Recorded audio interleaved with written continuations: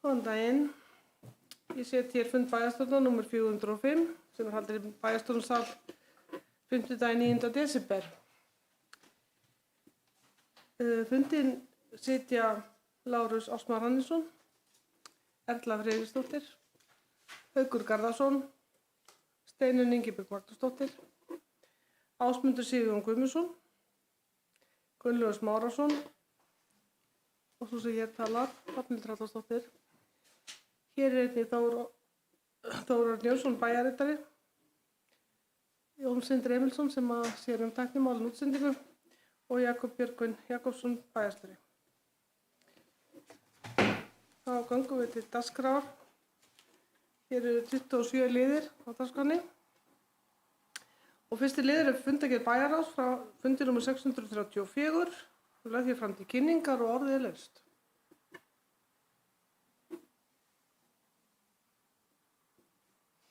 Enginn kveður sér ljós. Lið 2, fundargerð skóla- og fræðslunefndar frá fundi númer 188, lögð hér fram til kynningar og orðið laust.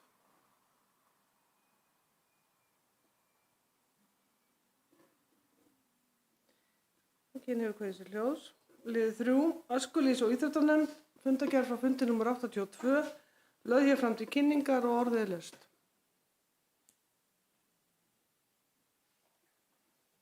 Enginn kveður sér ljós. Lið 4, fundargerð hafnarstjórnar frá fundi númer 91, lagt hér fram til kynningar og orðið laust. Lárus Ásmar, bæjarfulltrúi Ellistað, hefur beðið orðið. Gerðu svo vel, Lárus.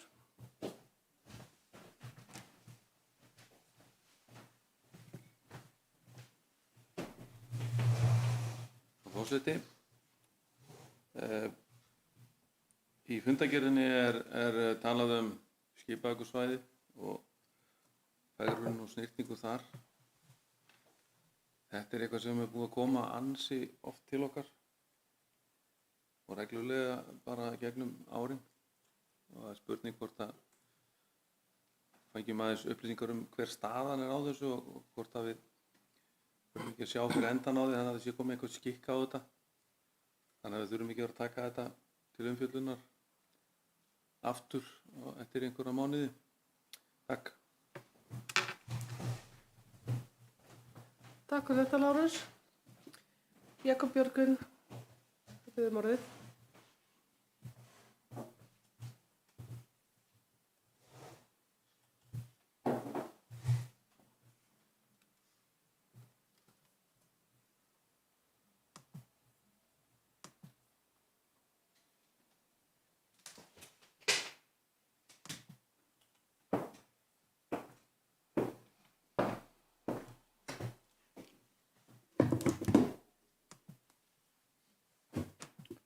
Forseti.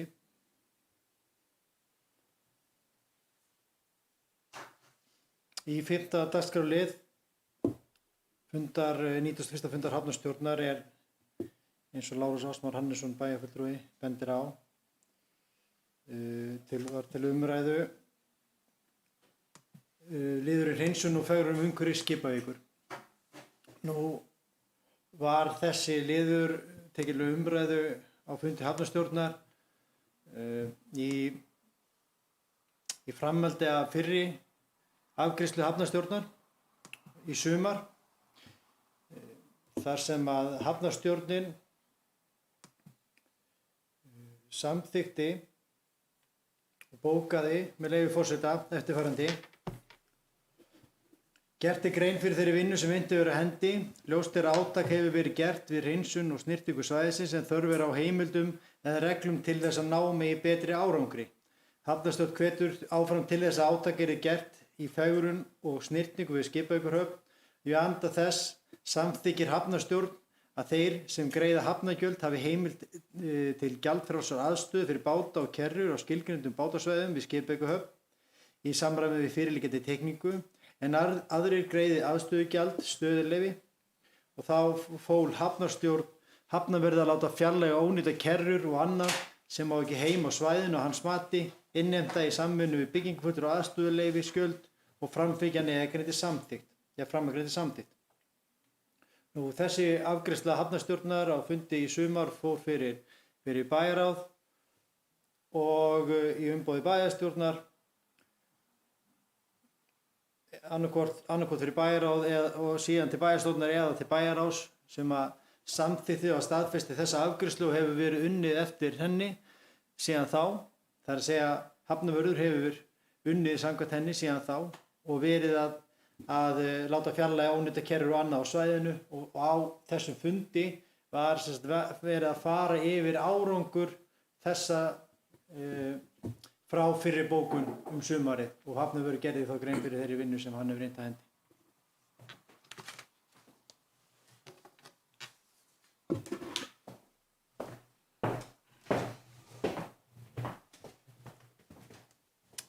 Takk fyrir þetta, Jakob. Orðið er laust. Undir lið 4. Engin kveðjuljós. Liður 5. Atvinnu- og nýsköpunarnefnd. Fundargerð frá 9. fundi atvinnu- og nýsköpunarnefndar lögð því fram til kynningar og orðið er laust.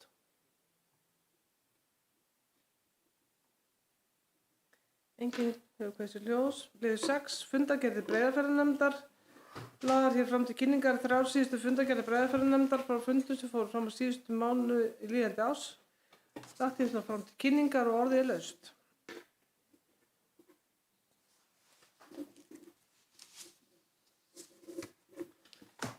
Engin kveðjuljós. Liður 7. Umhverfisvottun Snæfellsnes. Viðurkenning Östjekk í 13. sinn. Lögð hér fram til kynningar viðurkenning Östjekk þar sem staðfest er að Snæfellsnes hefur hlotið umhverfisvottun í 13. sinn. Þetta er lagt hér fram til kynningar og orðið er laust.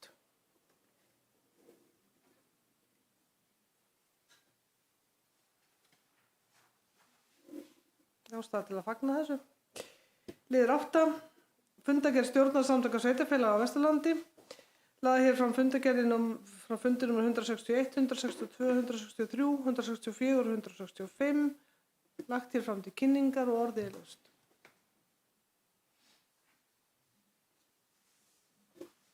Engin kveðjuljós. Liður 9. Reglubundið eftirlit á urðunarstað Stykkishólmsbæjar. Lagt hér fram bréf Umhverfisstofnunar dagsett 17.11.2020. Ekki 21. Það er skoðið það. Varðandi reglubundið eftirlit á urðunarstað Stykkishólmsbæjar. Lagt hér fram til kynningar og orðið er laust.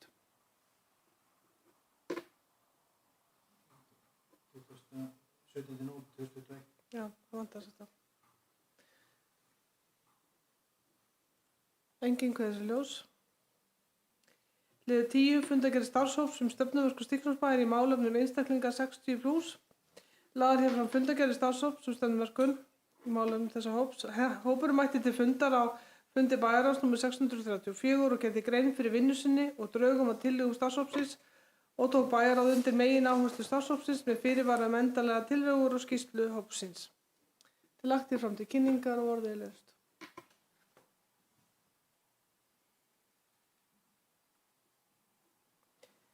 Engin kveðjuljós. Komum að lið 11. Stefnumörkun opinna grænna svæða innan bæjarmarka Stykkishólmsbæjar. Lögð hér fram tillaga bæjarstjóra skipun 3 manna starfshóps stefnumörkun opinna grænna svæða innan bæjarmarka Stykkishólmi sem mun vinna með nýrri deild skipulags- og umhverfismála að tillögum gróðursetningu og nýtingar á grænum svæðum í bæjarlandinu og að bæjarstjóra verði falið að útfæra nánar erindisbréf starfshópsins í samræmi við fyrirliggjandi greinargerð. Bæjarráð samþykkti á fundi nr. 632 tillögu bæjarstjóra og fól bæjarstjóra að útfæra nánar erindisbréf starfshópsins í samræmi við fyrirliggjandi greinargerð með tillögunni. Og bæjarráð lagði til á fundi nr. 634 lagði til við bæjarstjórn að samþykkja erindisbréf starfshópsins með áorðnum breytingum og skipa eftirtalda í starfshópinn: Björn Ásgeir Sumarleifsson formaður, Ásmundur Sigurjón Guðmundsson, Hjörleifur Kristinn Hjörleifsson, Ásdís Árnadóttir og Árni Ásgeirsson. Orðið er laust.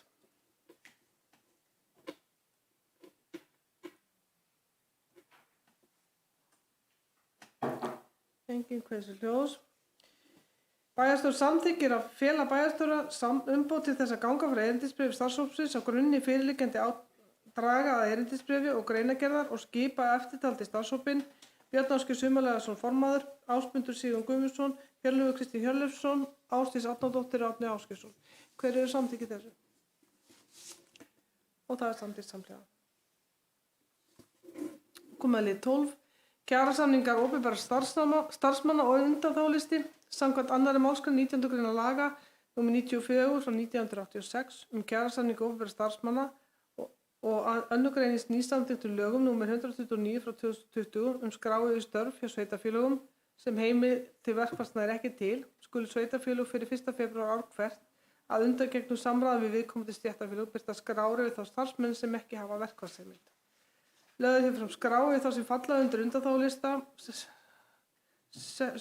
til 8. til 19. grein laga frá 94 1986 kjarasamninga opinberra starfsmanna. Bæjarráð lagði til við bæjarstjórn á 634. fundi sínum að samþykkja verkfallslista fyrir starfsmenn Stykkishólmsbæjar og B-hluta fyrirtækja bæjarins. Orðið er laust.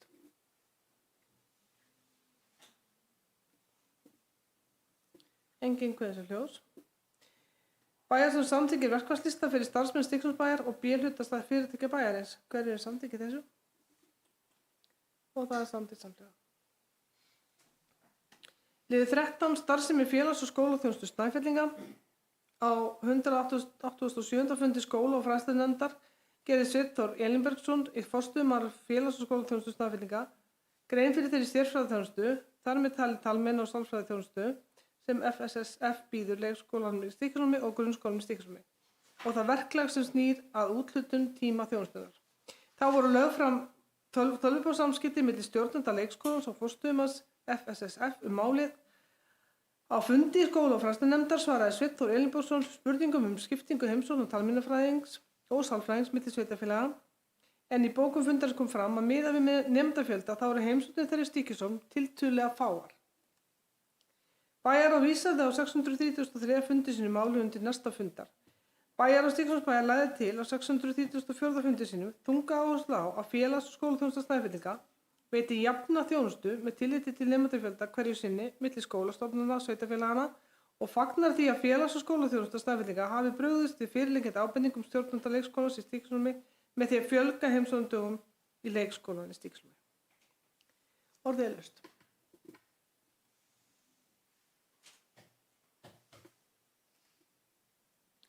Enginn kveður sér hljóðs. Bæjarstjórn tekur undir ályktun bæjarráðs varðandi starfsemi félags- og skólaþjónustu Snæfellinga. Hverjir eru samþykkið þessu?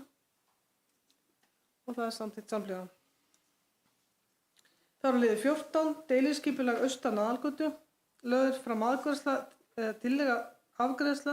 afgreiðslu tillaga að deiliskipulagi miðbæjar austan aðalgötu. Reiturinn afmarkast af aðalgötu og Víkurgötu til vesturs, Austurgötu til norðurs og lóðamörk húsa við Skúlagötu til austurs. Svæðið eru 1,7 hektarar stærð og að mestu fullbyggt. Markmið tillögunnar er að skilgreina nýja lóðir og byggingareiti sem styrkja gömlu byggðina sem fyrir er og einstaka bæjarmynd. Hér liggur fyrir lýsing á þessu og orðið er laust. Þess að ekki lesa alla þessa lýsingu. Lárus Ósmar, bæjarfulltrúi Eftirstað, hefur beðið orðið.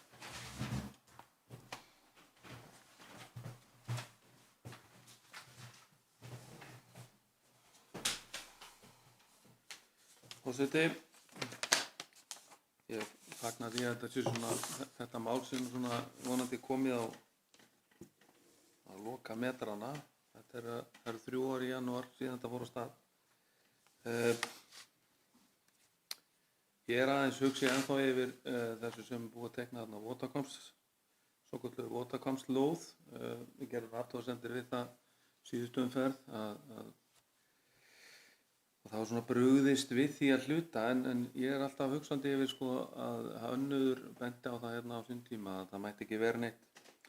Kemur fram líka í úttektinni, húsaúttektinni sem að Sigurður Greta gerir að sýslumannshúsið er svona kórónan hana og maður ekki skikja á það. En þarna er teiknað stórt hús og það er vissu búið að snúa mænisstefnunni og gera ýmsar jákvæðar breytingar.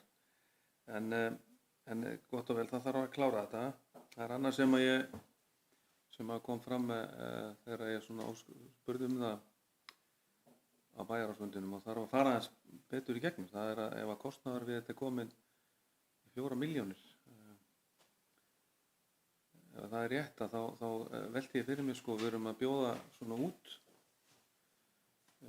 hvernig er reglurnar varðandi þá sem er að vinna þetta, er þetta að senda bara áframhaldandi reikninga, en ég mun svona óska eftir og gera það hér með að þetta verði tekið aftur til umræða á næsta bæjarársfundi því að við þurfum að fara í gegnum þetta. Ég vil alltaf að sé eftir þessum peningum ef þetta er svona, mér reiknast þetta til að þetta sé samkvæmt þessu kannski 5 tímar fagmanns á mánuði í 3 ár. Þannig að það er hérna, þetta er talsverðir peningar og bara í þessu samhengi að við erum búin að eyða rosalega fjárhæðum undanfarin ár í skipulög og hönnun og alls konar sem að hafa svo ekki verið að nýtast og bara ef ég fer langt aftur í tímann frá því að menn voru að láta hanna hérna skólabyggingu, tónlistarskólabyggingu á sín tíma, það var komin sko 70-80 milljónir hönnunarkostnaðar þar sem að hefur ekki verið, þannig að það er eðlilegt að við stöldrum aðeins við og förum yfir hvort við getum gert eitthvað betur í þessum málum. Líka þegar það kemur að viðauka 3 að þá kemur ljós að það verður að hækka fjármuni í þennan lið 4 milljónir á þessu ári.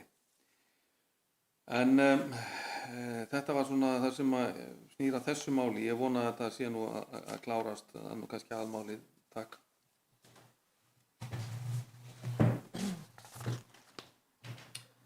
Takk fyrir þetta, Lárus.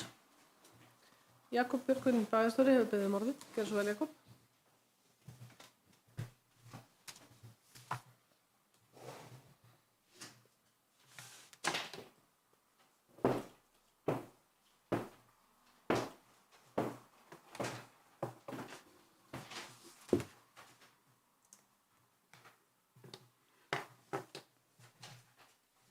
Forseti.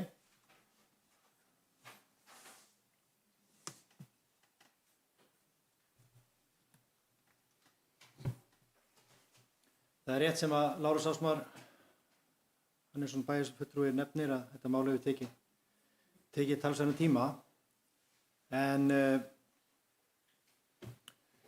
þetta hefur kannski tekið þennan tíma líka vegna þeirra umræðu sem þetta mál hefur fengið, bæði þá í skipulagsnefnd á mörgum fundum, bæjaráði á mörgum fundum, hefur farið í bæjarstjórn og aftur niður í bæjaráð einhver tíman og einhver tímapunktum til þess að reyna að skapa sem mesta og breiðasta sátt þetta skipulag.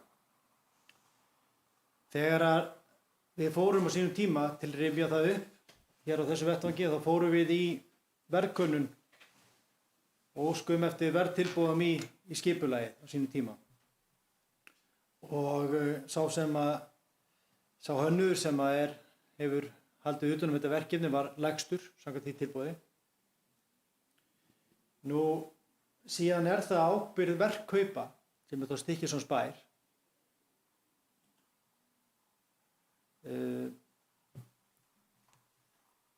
Ef að verkefni sé að fara og verða umfangsmeira heldur en tilboð gerir ráð fyrir.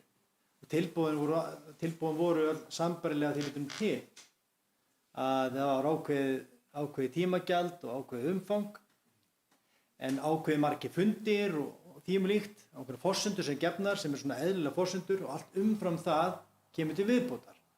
Þannig að sjálfur sér er ekkert óeðlilegt það því að það er ekki gert ráð fyrir svona skipulagsvinnu að til að mynda svona í venjulegu deiliskipulaginu kannski ekki svona margir fundir haldi. Síðan var verið að reyna að ná víðtækri sátt jafnframt meðal lóðarhafa í þessari vinnu sem að skapaði einnig umframvinnu sem var ekki gert ráð fyrir í tilboði enda líka var ekki forskriftin sú þegar við óskum eftir í tilboði í verkefnunina að það lægju fyrir einhver deilumál á þessu svæði eða það var ekkert fyrir sér. Svonarlega getur gerst. Þannig að og með því að fá ráðgjafa fundi og undirbúa og breyta og laga og bæta skapast meiri vinna og þannig aukst kostnaður sveitarfélagsins. Þannig að því vitum til myndi ég segja að þetta væri helst þá bara hvernig verkefni vindu fram hjá Stykkishólmsbæ, bæði þá í bæjaráði og skipulags- og byggingarnefnd og þar fram til göttunum, en aðalmálið er þá þetta, geri ég ráð fyrir, að víðtæk sátt um skipulagið eins og líka fyrir núna, það er ekki verið að keyra það í gegn.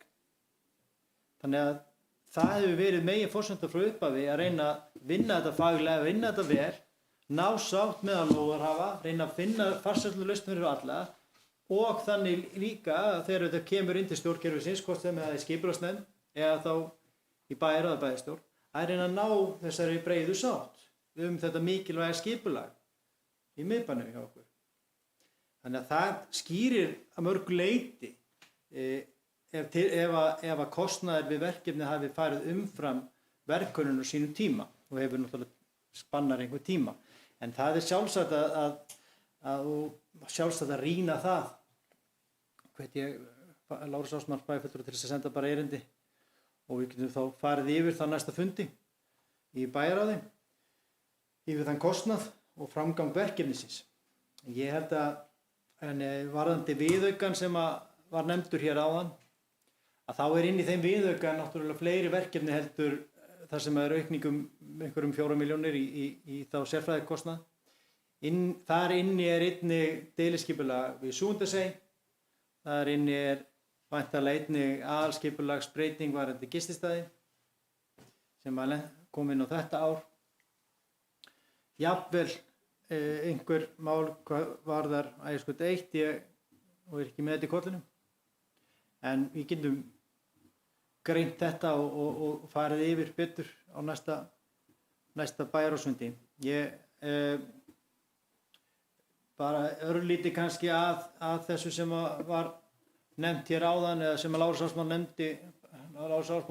Hannesson bæjarfulltrúi nefndi áðan varðandi Vodkampslóðina, að þá liggur fyrir að tekið var tillit til ábendinga frá bæjaráðsfundi og í nóvember, og þar voru húsgerðir þök, svona víkkað út skilmálanir. En síðan er það líka þannig að við getum ekkert alltaf, eða sveitarfélög geta ekki alltaf kannski niður njörvað hvað er besta leiðin fyrir verktaka hverju sinni. Það er líka þeirra að koma til bæjarins, ef að þeir sjá fyrir sér að byggja, segjum sem svo Vodkampshúsið upprunalega mynd, þá geta þeir alveg komið til bæjarins og óska eftir deiliskipulagsbreytingu og gert grein fyrir sínum áformum og þar fram til göttunum. Og þá er bæjarins að meðhöndla það mál og kannski vekja athygli á því einnig að í deiliskipulaginu, vegna þess hversu viðkvæmt þetta svæði er sérstakt ákvæði vegna þess hversu svæðið er viðkvæmt, samþykki Stykkishólmsbæjar á byggingar áformum.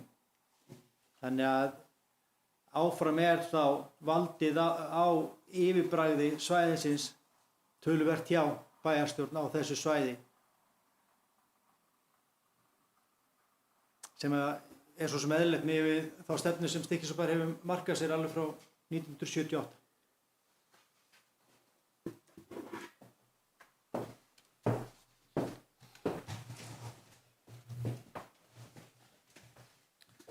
Takk fyrir þetta, Jakob.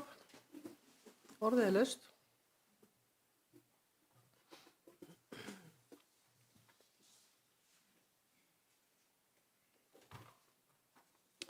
Engin kveðsluljós.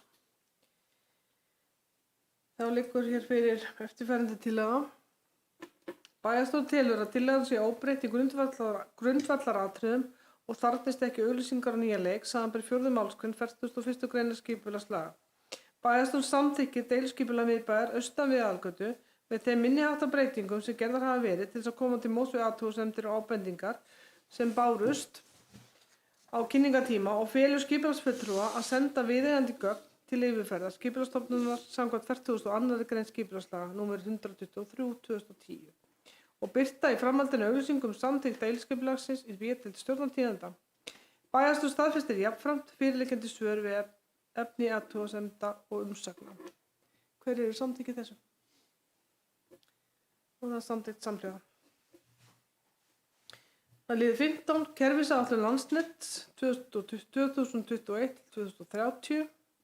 Lögð hér fram umsókn Stykkishólmsbæjar dags 28. júlí 2021 sem send var í opið umsóknarferli Landsnets vegna kerfisáætlunar 2021-2030 ásamt viðburðum Landsnets við umsókn Stykkishólmsbæjar.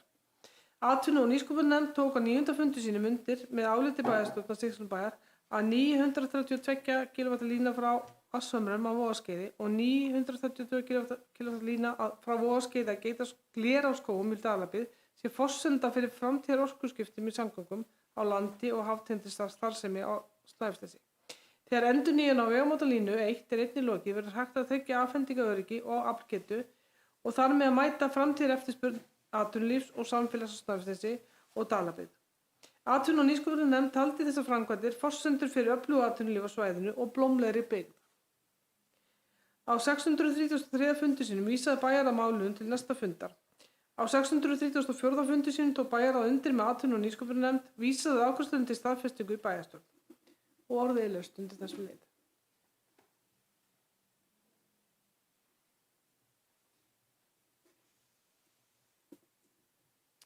Enginn kveður sér ljós.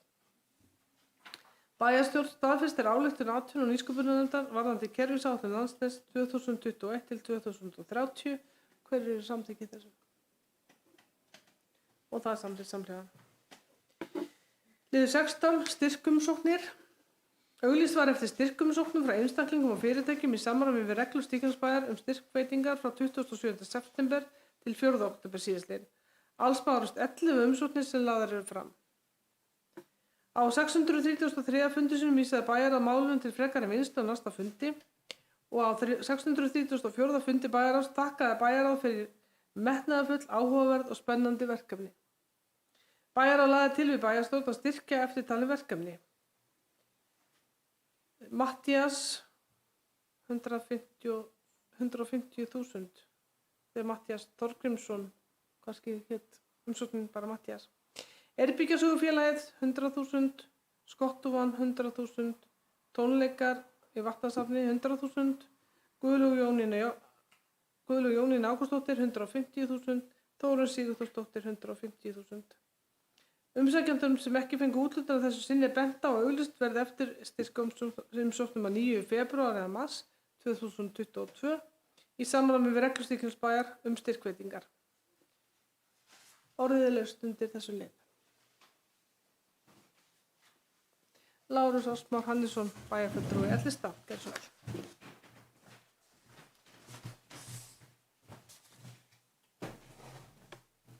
Forseti, ég fagna þessu verkefnum, ég bara raka augun í þetta bara hér og nú þegar ég var að skoða þetta hvort að við ættum ekki að bóka þetta aðeins ítarlegra. Það stendur bara Matthías, það er ekkert meira að skoða bara að styrkja Matthías eða hvað er hann að fara að gera.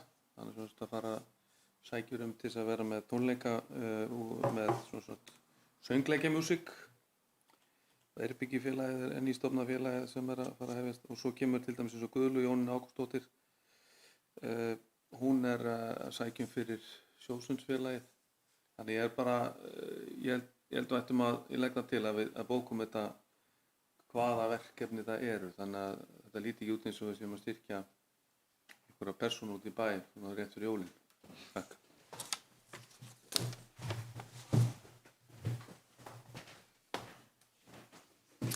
Jakob Björgvin er beðið orðið.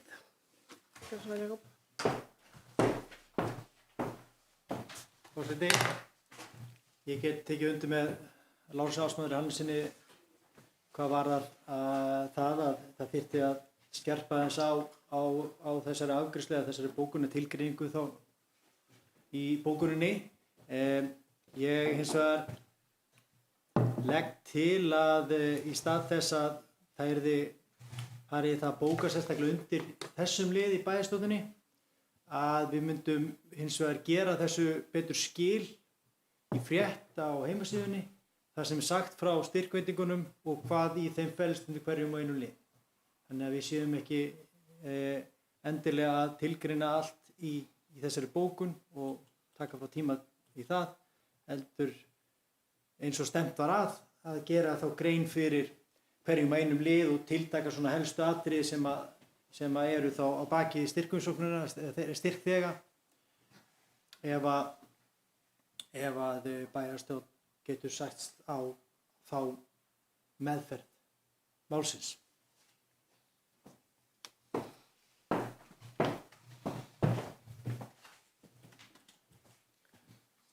Fleiri sem vilja taka til máls? Lárus og Snorkiðsvöld.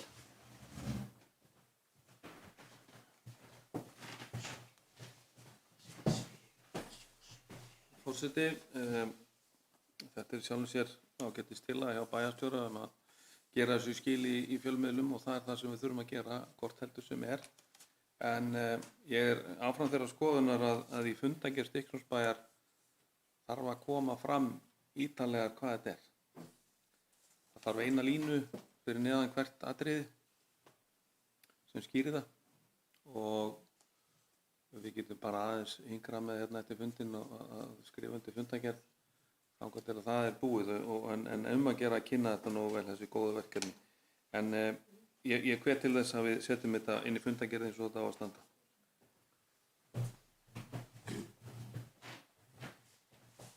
Takk fyrir þetta, Lárus. Jakob Björgvin, Gerðsvöld.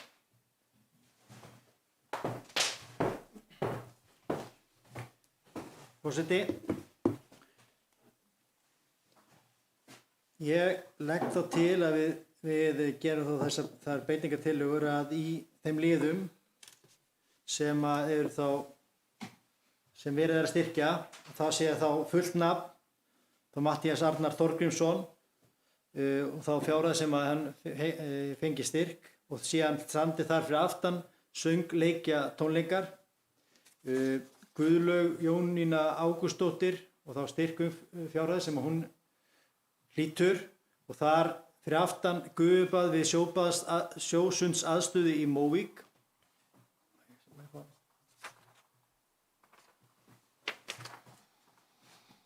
Eyrbyggja sögufélagið, þar fyrir aftan Eyrbyggjusetur á Skildi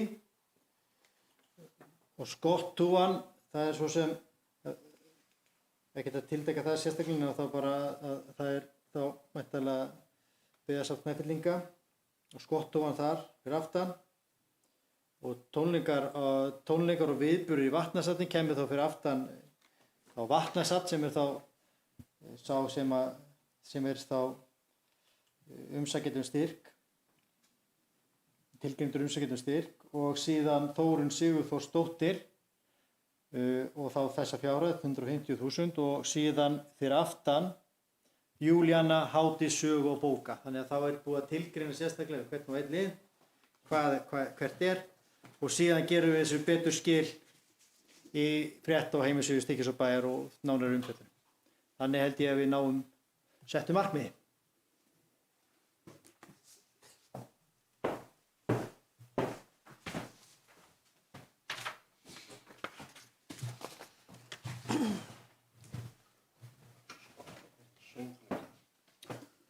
Fleiri sem vilja kveða sér ljós undir þessum lið.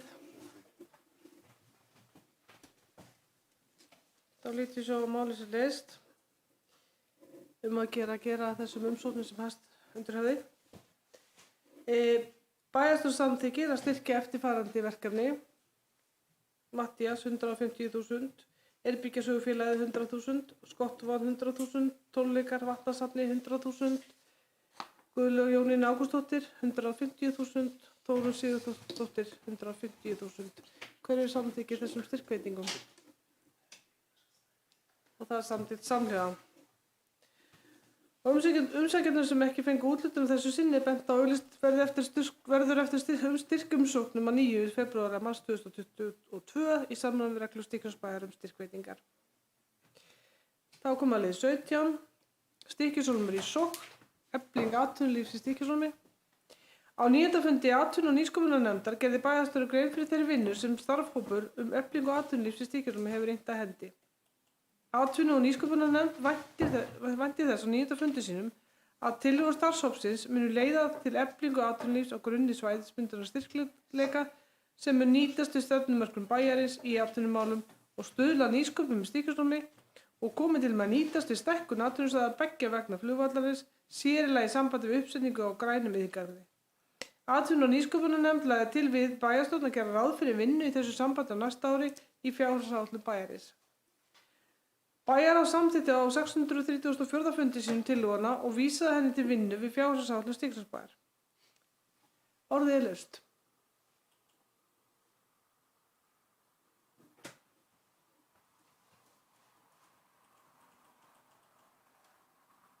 Engin hversu ljós. Afgreiðsla bæjarráðs er lögð því fram til staðfestingar. Bæjarstjórn staðfesti við afgreiðslu bæjarráðs. Hver er samþykkið því? Og það er samþykkt samhliða. Það kom að lið 18, Breiðafjarðarferjan Baldur. Lögð er hér fram ályktun bæjarstjórnar Stykkishólmsbæjar sem samþykkt var á 403. fundi bæjarstjórnar Stykkishólmsbæjar 28. október 2021 vegna Breiðafjarðarferjunnar Baldurs. Þá var lögð fram þarfagreining fyrir Breiðafjarðarferju sem Vegagerðin fól Navis ehf. Að vinna sem kynnt var á fundi sem haldinn var með fulltrúum sveitarfélaga við Breiðafjörð 27. október 2021. Einnig er lögð fram ályktun 67. fjórðungsþings Vestfirðinga sem haldið var á Ísafirði 22. og 23. október 2021 Breiðafjarðarferjuna Baldur. Þar að auki eru lagðar fram ályktanir bæjarstjórnar Stykkishólmsbæjar dagsett 12. mars 2021 og bókun bæjarstjórnar Stykkishólmsbæjar dagsett 29. mars 2021 sama efni ásamt bókun 402. fundar bæjarstjórnarfundar 30. september 2021 þar sem meðal annars var óskað eftir upplýsingur frá Vegagerðinni stöðu og vinnu við fyrrgreinda þarfagreiningu. Atvinnu- og nýsköpunarnefnd tók á 9. fundi sínum undir með ályktun bæjarstjórnar Stykkishólmsbæjar og óskaði eftir upplýsingum frá innviðaráðuneytinu og fjármál- og efnahagsráðuneytinu hver sé staðan á fjármögnun af bráða- og framtíðarlausnum í samræmi við ályktun bæjarstjórnar og upplýsingum frá Vegagerðinni. Hver séu næstu skref varðandi breytingu á hafnarmannvirkjum og ferjubrúm og dýpkum hafna með það markmið að nýtt skip sem þjónar betur þörfum samfélagana hefji siglingar yfir Breiðafjörðinn sem fyrst. Ný ferja er í samræmi við ákvæði sáttmála ríkisstjórnarsamstarf Framsóknarflokks, Sjálfstæðisflokks og Vinstrihreyfingarinnar græns framboðs orkuskipti í ferjusamgöngum. Bæjarráð staðfesti afgreiðslu atvinnu- og nýsköpunarnefndar á 634. fundi sínum. Orðið er laust. Lárus Ásmar, bæjarfulltrúi Ellistaðar, við beiðum orðið.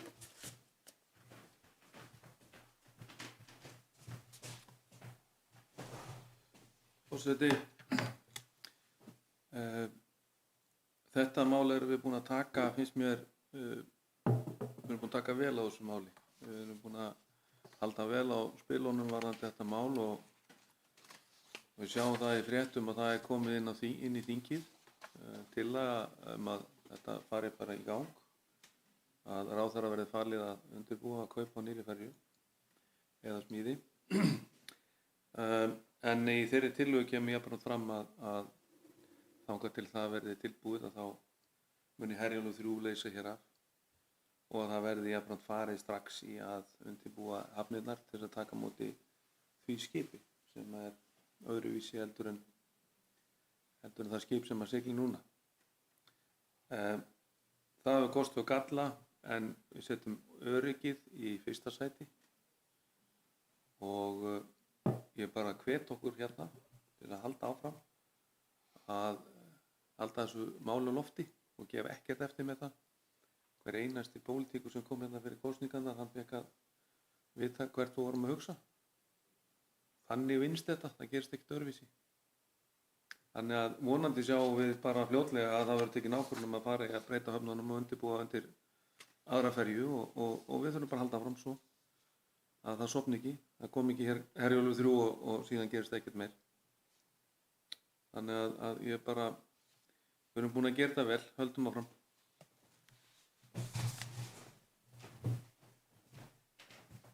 Takk fyrir þetta, Lárus Ásmar.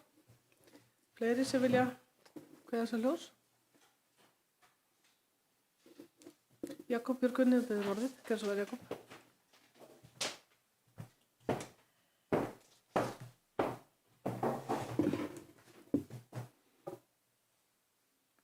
Forseti.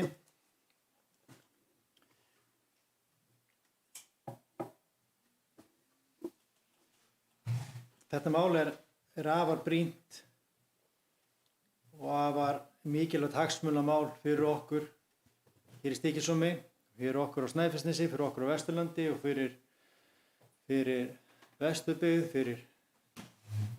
fyrir Reykhólahrepp, á Flatey, fyrir ferðaþjónustu, fyrir atvinnulíf á Vestfjörðum, á öllum Vestfjörðum, fyrir laxeldið og fleira og fleira. Þannig að ég vildi koma hérna upp og taka undir með Láresi Ástmari Hannesinni, bæjarfulltrúa,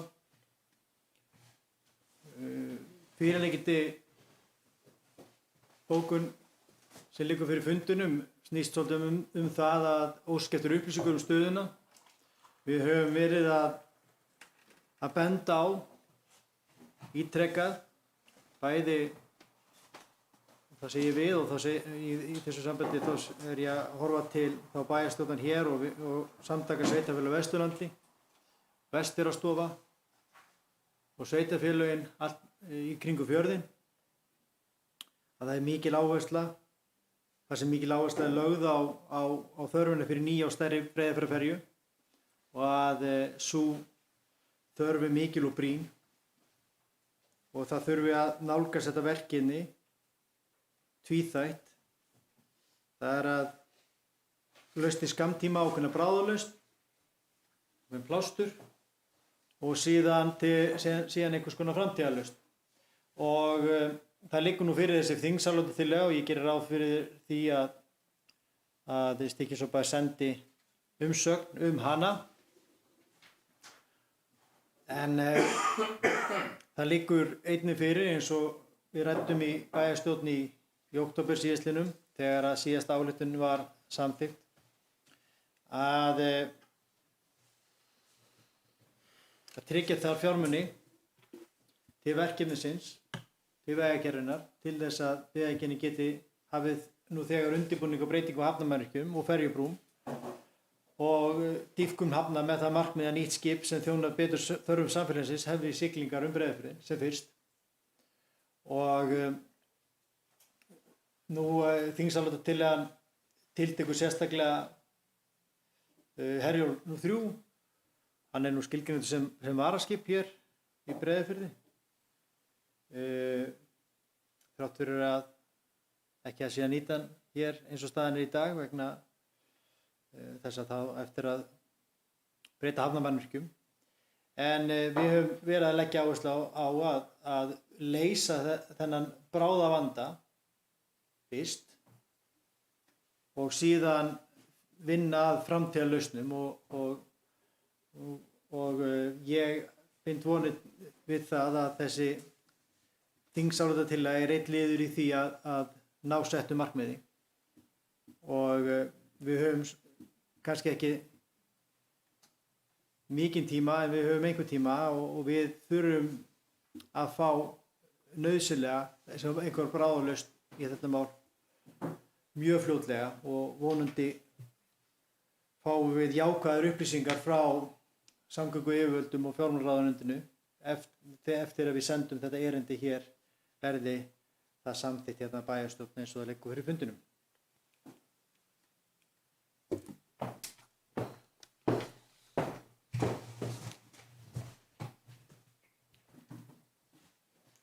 Fleiri sem vilja taka til máls undir lið 18? Svo er ekki. Þá les ég þessa fyrirspurn. Bæjarstjórn óskar eftir annars vegar upplýsingum frá innviðaráðuneytinu og fjármála- og efnahagsráðuneytinu hver sé staðan á fjármögnun á bráða- og framtíðarlausnum í samræmi við ályktun bæjarstjórnar og upplýsingum frá vegagerðinni og hins vegar hver séu næstu skref varðandi breytingu á hafnarmannvirkjum og ferjubrúm og dýpkun hafna með það markmið að nýtt skip sem þjónar betur þörfum samfélagana hefji siglingar yfir Breiðafjörðinn sem fyrst í samræmi við bókun atvinnu- og nýsköpunarnefndar. Hver eru samþykkir þessari bókun? Og það er samfélag. Þá komum við að liðin 19, Skógarstrandarvegur. Tillögur til þingsályktunar 5 ára samgönguáætlun fyrir árin 2020 til 2024 og fyrir árin 2020 til 2034. Lögð hér fram ályktun til haustþings Samtaka sveitarfélaga á Vesturlandi, SSVAF, sem haldið var í Árbliki, Dalabyggð, 29. september 2021, þar sem ályktað var brýna nauðsyn á áframhaldandi uppbygging Skógarstrandarvegar og skorað á samgönguyfirvöld að tryggja fjármögnun til vegarins árin 2023 og 2024 ásamt fyrir ályktunum Stykkishólmsbæjar og SSVAF mikilvægi þess að umræddur stofnvegur sé í forgangi við ráðstöfun fjármuna á samgönguáætlun, enda sé að ræða stofnveg samkvæmt skilgreiningu í samgönguáætlun og þannig veg sem hluti af grunnkerfi samgangna á Íslandi. Atvinnu- og nýsköpunarnefnd tekur undir með ályktun haustþings Samtaka sveitarfélaga á Vesturlandi mikilvægi áframhaldandi uppbyggingar Skógarstrandarvegar og leggur þunga áherslu á að samgönguyfirvöld og Alþingi bregðist við áskorun samtakanna að veita fjármagni til framkvæmda allt fyrsta tímabil núgildandi samgönguáætlunar, þannig að fjármagni verði veitt í vegarins árin 2023 og 2024.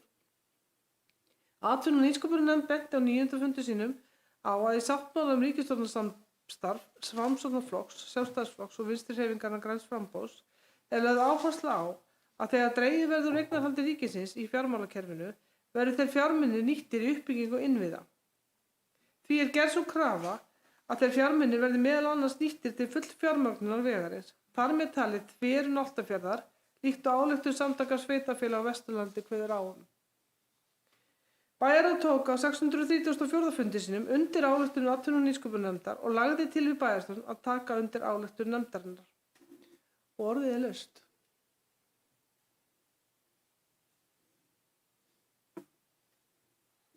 Engin kveðst við ljós. Bæjarstjórn tekur undir ályktun atvinnu- og nýsköpunarnefndar. Hverjir eru samþykkið því? Og það samþykkt samhliða. Liður 20 samkomulag samstarf Matís og Stykkishólmsbæjar. Lagður hér fram samningur samstarf Stykkishólmsbæjar og Matís sem gera með sér samkomulag uppbyggingu samstarfs í sveitarfélagi Stykkishólms með áherslu á fræðslu, nýsköpun, rannsóknir og atvinnuuppbyggingu innan sveitarfélagsins. Báðir aðilar samkomulagsins munu nýta styrkleika sína og innviði viðkomandi aðila eins og kostur er. Bæjarráð staðfesti á 634. fundi sínum samning samstarf Stykkishólmsbæjar og Matís ohf. Og orðið laust.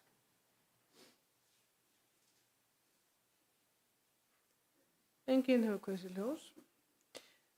Bæjarstjórn samþykkir samninginn samstarf Stykkishólmsbæjar og Matís ohf. Hverju er samþykkið þessu? Og það er samþykkt samhliða. Liður 21. Færsla hjúkrunarheimilis og staða framkvæmda við HVF Stykkishólmi. Lögð hér fram drög að samkomulagi milli heilbrigðisráðuneytis og Stykkishólmsbæjar flutning á þjónustu dvalarheimilisins í Stykkishólmi til Heilbrigðisstofnunar Vesturlands. Bæjarráð samþykkti á 634. fundi sínum fyrir sitt leyti fyrirliggjandi samningsdrög með áorðnum breytingum. Orðið laust undir þessum lið. Lárus Osmar, bæjarfulltrúi L-listans, hefur beðið að orði.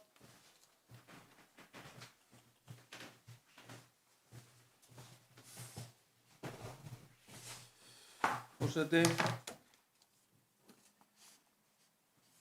mér finnst gaman að fara yfir þetta mál. Þetta er risastórt mál fyrir okkur hérna í Hólminum. Og þetta svona fær mér svolítið til að hugsa hverju við stöndum oft frammi fyrir sem erum í bæjarstjórnina í kostum það hér að annar stað. Við sitjum í 4 ár, erum kosin til 4 ára og undanfarnar 2 kosningar hefur 1 bæjarfulltrúi orðið eftir, þar segja ég. En hérna, það fyrir nú kannski að styttast í það einhvern tímann. En svona eru verkefnin oft, þau taka gríðarlegan tíma, en allan þennan tíma, hver einasti bæjarstjórnarmaður, frá því að ég skrifaði undir upp af þessa vers 2011 við þáverandi heilbrigðisráðherra Guðbjart Hannesson, þessi minning hans, þess skoðan hans. Það er búin að sitja í öllum undirbúningsnefndum og ráðum varðandi þetta verkefni og mér finnst gaman að sjá þetta vera að lenda. Þegar við skrifum undir 2011 þá sagði ég að það væri mín von fyrir okkur Hólmara sem alltaf erum að verja heilbrigðisþjónustuna eins og landsbyggðin gjarnan, að þetta hús, glæsilega hús sem stendur á besta stað í bænum, myndi iða af lífi stafnan á milli. Nú stefnir í það að í sumar verði það komið á þann stað að það verði starfsemi í öllu húsinu. Gleymdu því ekki, á þessum tíma stóð leikskóla álman tóm. Miðálman var sárlítil starfsemi og endalaus varnarbarátta og við þekkjum þetta. Við erum búin að standa vel saman í þessu. En þetta eru stundum verkefni, þau taka langan tíma og þau krefjast þess að við höldum áfram. Og við stöndum saman í svona stórum verkefnum eins og verið gert í þessu hver einasti bæjarfulltrúi. Það er aldrei komið bæjarfulltrúi sem hefur verið allavega ekki opinberlega, allavega ekki með bókunum eða slíku stórvegilega verið á móti þessu verkefni.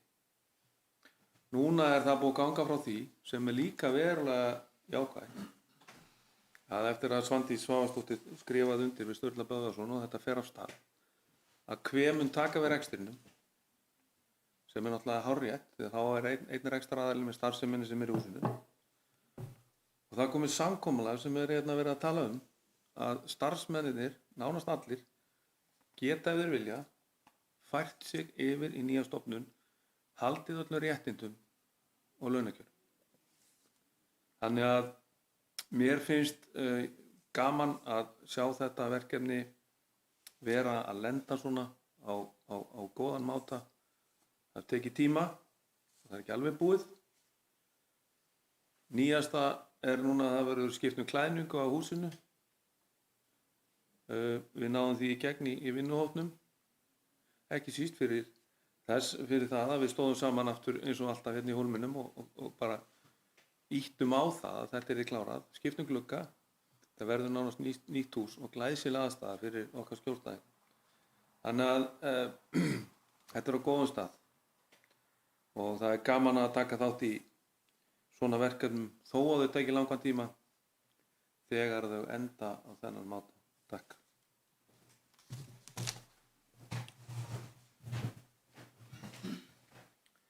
Takk fyrir þetta, Lárus.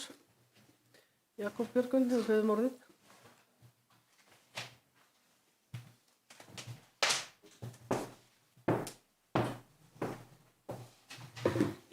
Forseti.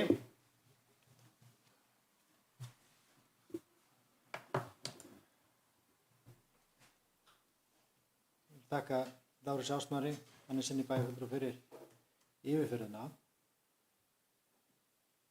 og tekur undir hans orð. Mér langaði að örlítið að það sem liggur fyrir fundunum tillaga að reyna að þoka þessu máli og landa því. Það liggur fyrir samningsdrög eins og að farið yfir. Það liggur fyrir breytingatillögu frá Stykkishólms bæ þar sem við vorum að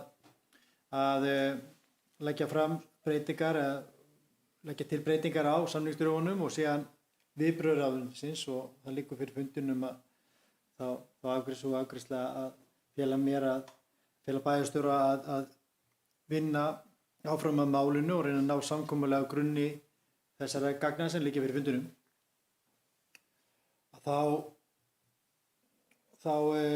hefur ráðuneytið nefnt það hér í athugasemdum að dagdvalarrými geti ekki flust yfir með hjúkrunarrýmum og það er eitt samtal sem við þurfum að eiga því að sjálfsögðu er dagdvölin þannig að ef hún væri á hjúkrunarheimilinu þá myndi starfsfólk nýtast til að sinna þeim sem er dagþjónustu. En ég tel að forsendur til þess að taka það samtal aðeins áfram með ráðuneytinu. Nú, samkomulag rekstur eldhússins er síðan sérstakt mál, ég get alveg tekið undir það með ráðuneytinu og ég mun þá í framhaldinu hafa samband við forstjóra Heilbrigðisstofnunar Vesturlands og leggja til við stofnunina að við útbúum sérstakt samkomulag sem að verður ritað undir samhliða þessu samkomulagi sem liggur hér fyrir fundinum og síðan munum við senda upplýsingar að því að það er ákveðna breytingar þannig sem við gerðum á samningnum veikgeturétt og annað, þá eru þær óska eftir upplýsingum til bæjarins fjölda starfsmanna á lengdum uppsagnarfresti og annað og veikgeturéttar.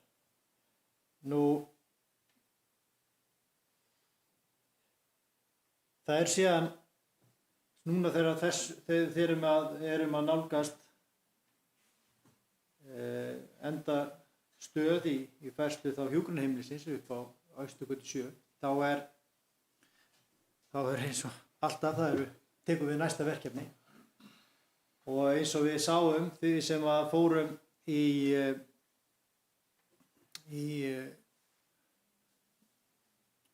sýningarferð, vettvangsskoðun heitir þetta, að þá eru þarna verið að byggja upp glæsileg aðstöðu fyrir okkar skjólstæðinga en einnig þá er hægt að nýta húsið enn betur og það eru tækifæri fyrir hendi til þess að taka næstu skref sem og nú er kannski með leyfi forseta komið aðeins út fyrir þetta samkomulag hér sem til umræðu en það er að nýta fjórðu hæðina í húsinu betur og við vitum það að við erum með gríðarlega öflug og mikilvæg bakdeild inn í Stykkishólmi sem þjónar öllu landinu og ég held að næstu skref séu að sammælast það að reyna að bæta aðstöðu bakdeildarinnar þannig að þeir geti sinnt sínu skjólstæðingu betur og einnig til þess að við getum sótt fram hér sem samfélag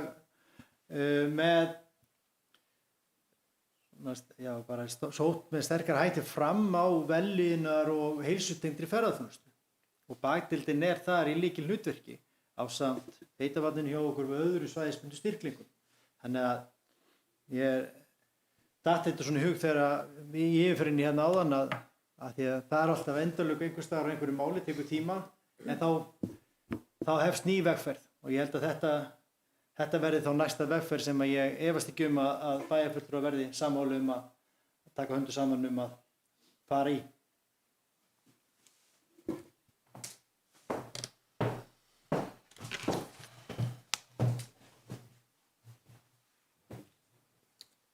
Fleiri sem vilja taka til máls undir þessu lið? Við getum örugglega alltaf verið sammála Lárus, það er gott þegar við vinnum saman og erum sammála, það vinnst mikið. En bæjarstjórnin hefur fengið lögð fram viðbrögð ráðuneytisins dagsett 7. desember 2021 við fyrirliggjandi samningsstöðum og viðbótum Stykkishólmsbæjar. Þannig að bæjarstjórn felur bæjarstjóra að ná samkomulagi á grundvelli fyrirliggjandi gagna. Hver hefur samþykkið því? Og það er samþykkt samhliða. Það liður 22, framlenging lóðarúthlutunar, Móholt 14 til 16. Lögð hér fram beiðni Ingvaldar Eyþórsdóttur framlengda úthlutun lóðar, Móholt 14 til 16 á grundvelli formskalla og skort á upplýsingagjöf við lóðaúthlutun. Bæjarráð fól bæjarstjóra á 633. fundi sínum að undirbúa afgreiðslu í samræmi við umræðu þess fundar og leggja fyrir næsta bæjarráðsfund. Á 634. fundi bæjarráðs taldi ráðið að í ljósi þess að svo virðist sem umsækjanda hafi ekki borist tilkynning úthlutun lóðarinnar sem markar upphaf frestsins sem kveðið er á grein 3.4 í reglum úthlutun á lóðum fyrir íbúðar- og atvinnuhúsnæði í Stykkishólmi sé rétt að veita umsækjanda viðbótar byggingarfrest þrátt fyrir að áminning hafi verið send umsækjanda með bréfi dagsettu 10. október 2021. Þá ber einnig til þess að líta að umsækjandi skilaði inn teikningum og tilnefndi byggingarstjóra innan byggingarfrest sem áskilinn í reglum Stykkishólmsbæjar úthlutun lóða er honum þó útgefið byggingarleyfi hafi ekki legið fyrir og framkvæmdir hafi ekki verið hafnar í samræmi við grein 3.4 í reglum úthlutun á lóðum fyrir íbúðar- og atvinnuhúsnæði í Stykkishólmi. Lagði bæjarráð til við bæjarstjórn að umsækjanda verði veittur 3 mánaða viðbótarfrestur frá og með 9. desember 2021 að telja til að fá útgefið byggingarleyfi og til að hefja framkvæmdir í samræmi við grein 3.4 í reglum úthlutun á lóðum fyrir íbúðar- og atvinnuhúsnæði í Stykkishólmi. Orðið er laust.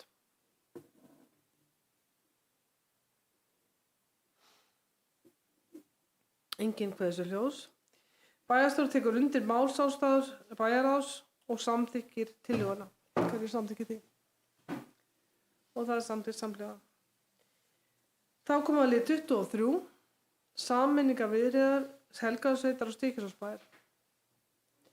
Lögð fram tillaga formlega sameiningarviðræður milli Helgafellssveitar og Stykkishólmsbæjar í framhaldi af óformlegum fundi fulltrúa sveitarfélaganna sem haldinn var í kjölfar samskipta milli oddvita Helgafellssveitar og bæjarstjóra Stykkishólmsbæjar. En fyrir liggur að sveitarstjórn Helgafellssveitar hefur samþykkt að hefja formlegar sameiningarviðræður við Stykkishólmsbæ.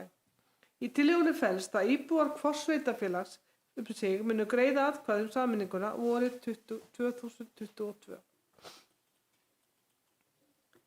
Orðið er laust. Lárus Osmar, bæjarfulltrúi Ellista, hefur beðið orðið.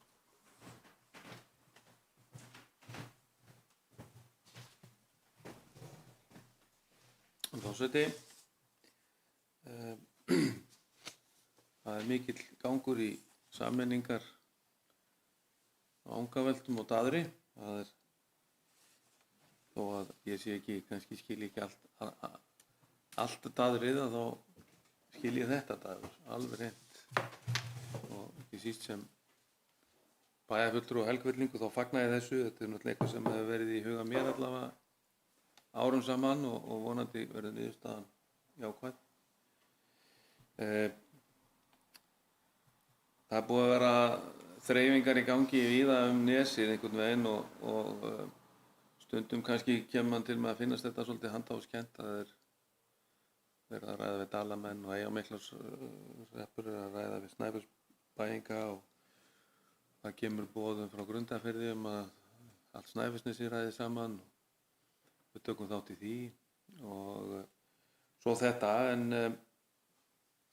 ég sagði þá á bæjarráðsfundinum og vil segja hér líka að ef þessar þreifingar sem að lítur allt út fyrir að verði samþykkt sameining Eyjamiklarshrepps og Snæfellsbæjar, ef að það hefði ekki verið farið af stað, þá hefði ég hafnað þessari vegferð á þeim forsendum að ég hefði viljað taka og vonast til þess að við tækjum allt nesið. En það er byrjað að flýsa þetta niður. Þá bara förum við þannig líka og svo vonandi einhvern tímann, segi ég fyrir mig, að þá stöndum við hér uppi með öflugt sveitarfélagið Snæfellsnes. En ég fagna þessu og bíð spenntur að sjá hvað kemur út úr þessum þreifingum. Takk.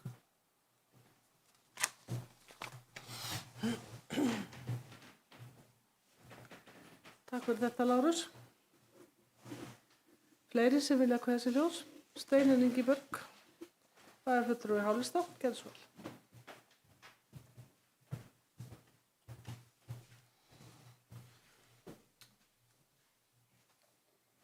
Ég vil nú bara koma hérna upp til að lýsa ánægju minni með þetta.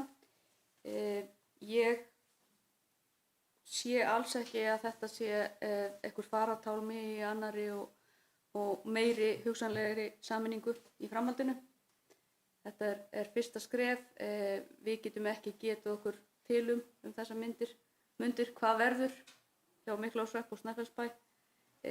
Og enda finnst mér það ekki skipta máli. Þetta er það sveitarfélag sem liggur næst okkur, það sveitarfélag sem á mesta hagsmuni með okkur og í rauninni í mínum huga svolítið formsatriði að gera þetta einu sveitarfélagi. Þannig að ég er mjög glöð með þetta og tek undir það með Lárusi að ég tek glöð þátt í þessum dansi og er tilbúin að sjá fleiri dansa í framhaldinu.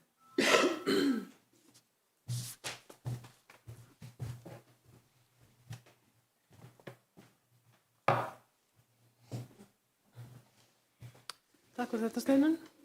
Fleiri sem vilja kveðja sér ljós. Jakob Björgvin hefur beðið orðið.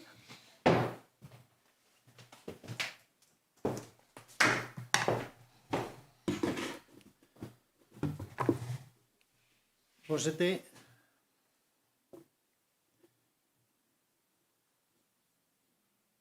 ég datt í hug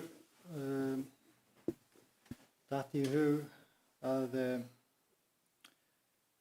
koma hér upp í pontu í ljósi ummæla Lárs Ásmars Hannessonar fulltrúa að ef það hefði ekki verið farið að stað í sameiningarviðræður Snæfellsbæjar og Eyja og Miklahólms þá hefði ekki verið forsend til þess að taka þetta samtal sem er fyrirhugað milli Stykkishólmsbæjar og Helgafellssveitar. Ég hef ekki heyrt að annars staðar í samtölum hvorki við aðra bæjarfulltrúa Stykkishólms en ég sveitarstjórnarfulltrúi Helgafellssveitar að þetta hafi haft eitthvað mikið að segja að þeirri ákvörðunartökum. Ég held að Helgafellssveit í þeirra huga þegar þeir tók ákvörðun á mánudaginn hafi þeir fyrst og fremst verið að hugsa hagsmuni sína íbúa, gefa þeim tækifæri að kjósa þessa kosningu, eða þessa sameiningu í vor. Ég gerir ráð fyrir að bæjarstjórn Stykkishólmsbæjar sé að horfa til þess sama. Er þessi vegferð, hún til hagsbóta fyrir íbúa í Stykkishólmi, þannig að hvort sveitarstjórn fyrir sig er að gera í ráð fyrir að ganga þá til formlegra sameiningarviðræðna með hagsmuni beggja sveitarfélaganna að leiðarljósi, burt sér frá öðrum sameiningum. En ákvörðunarvaldið, sama þótt að sveitarstjórn hér hefði sameiningarviðræður og við Helgafellssveit í anda þeirra samþykktar sem að Helgafellssveit samþykkt á fundi sínum síðastliðinn mánudag, þá er ákvörðunarvaldið endilega ávallt hjá íbúum og þeir munu fá að taka þessa ákvörðun í mars á næsta ári.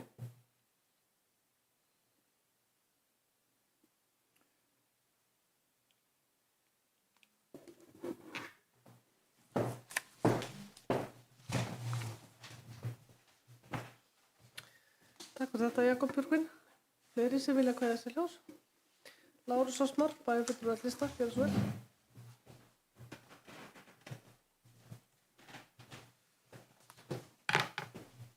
Já, forseti, ég ætla nú bara aðeins að koma hérna upp og aðeins að leiðrétta það sem að bæjarstjóri kom hérna inn á að ég sagði ekki að þetta væri forsenda, ég talaði bara fyrir mína sannfæringu, þetta var ekkert forsenda fyrir því að við farum í þetta, að þar að segja Eyja og Miklahólmshreppur og Snæfellsbær væru að tala saman, heldur ég persónulega hefði viljað að fyrir löngu síðan að allt Snæfellsnes hefði verið að tala saman og að því leytinu til að því að það er byrjað að flýsa þetta aðeins niður eða Hólfanesið niður, að þá samþykki ég sjálfsögðu þessa vegferð. En það er sjálfsögðu engin forsenda fyrir einhverju öðru hvað þá hjá öðrum bæjarvöldum þegar verða að svara fyrir sig. Takk.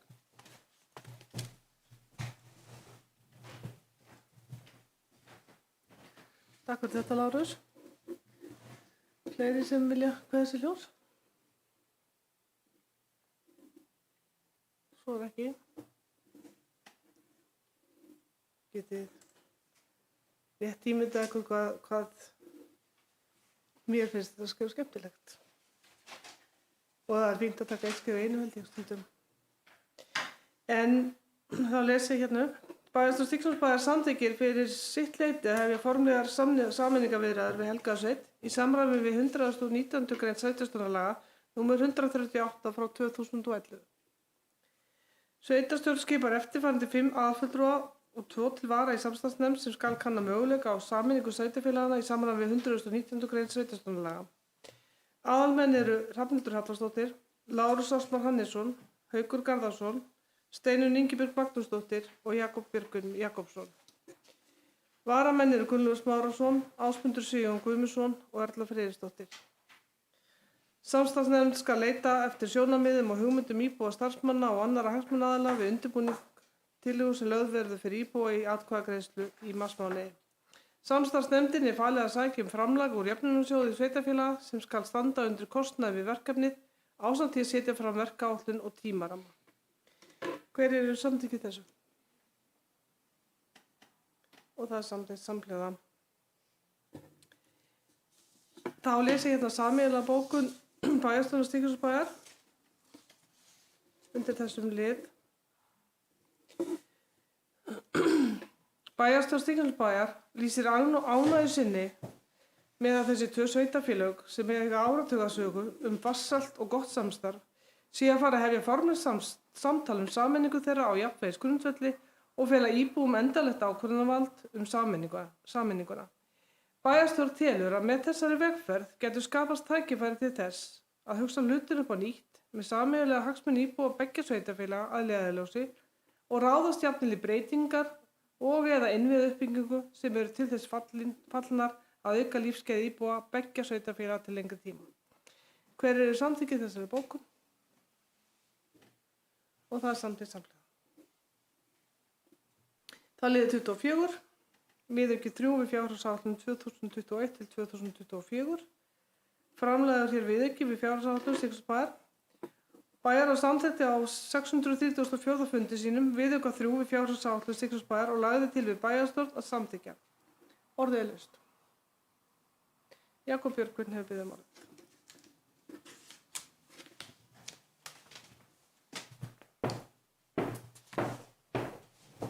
Forseti, í fyrirliggjandi viðauka eru gerðar tillögur að okkur breytingum og er það einna helstar þær að álagning ársins var breyting úr 13 í 30, breyting upp á 16 milljónir, eða staðgreiðslan er breyting upp á 8 milljónir.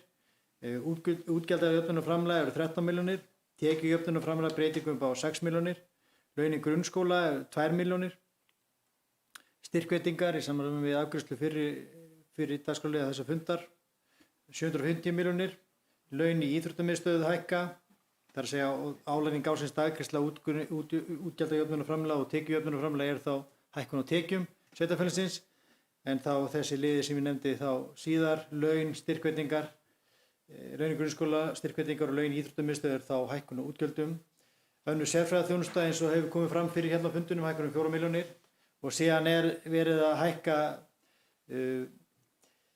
hækka liðið sem tengist verðbólgu, umtalsvert, lækkun og breytingar síðan á afskriftum í lokin og þetta að öðru leyti vísa í til fyrirliggjandi viðauka sem liggur fyrir fundunum. En þetta er þá helst breytingar sem endurspeglast í umræddu viðauka.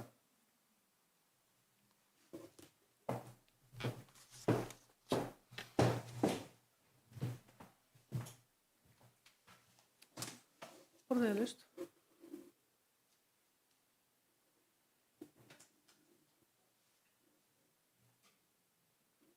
Enginn hefur kveðið sér hljóðs. Bæjarstjórn samþykkir viðauka 3 við fjárhagsáætlun Stykkishólmsbæjar fyrir 2021 til 2024. Hver eru samþykkið því? Og það er samþykkt samhliða. Það liði 25 gjaldskrár Stykkishólmsbæjar 2022, síðar umræðan.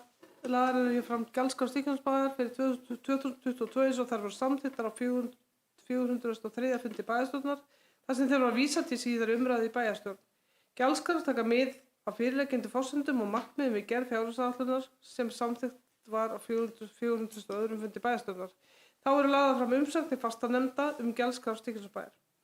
Á 633. fundi sínum samþykkti bæjarráð að vísa gjaldskrám til frekari vinnslu í bæjarráði. Bæjarráð samþykkti á 634. fundi sínum gjaldskrár Stykkishólmsbæjar fyrir árið 2022 og vísaði þeim til síðari umræðu í bæjarstjórn. Fyrir bæjarstjórn eru lagðar fram til síðari umræðu gjaldskrár Stykkishólmsbæjar fyrir 2022 en gjaldskráir hafa verið til umfjöllunar í fastanefndum bæjarins undanfarnar vikur. Bæjarráð samþykkti á síðasta fundi sínum gjaldskrár Stykkishólmsbæjar fyrir árið 2022 og vísaði þeim til síðari umræðu í bæjarstjórn. Jakob Björgvin, bæjarstjóri hefur beðið orðið.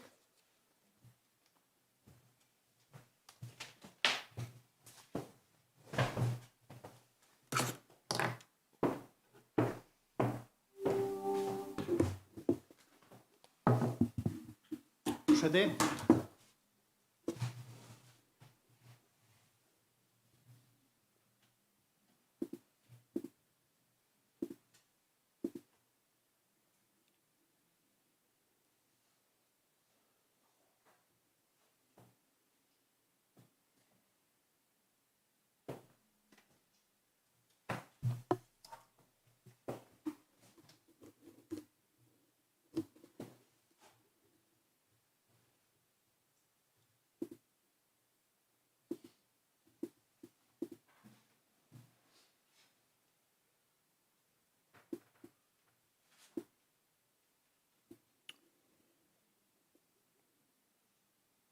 Í fyrirliggjandi forsendum fjárhagsáætlunar sem samþykktar voru í bæjarstjórn september síðastliðnum er gert ráð fyrir að álagningarhlutfall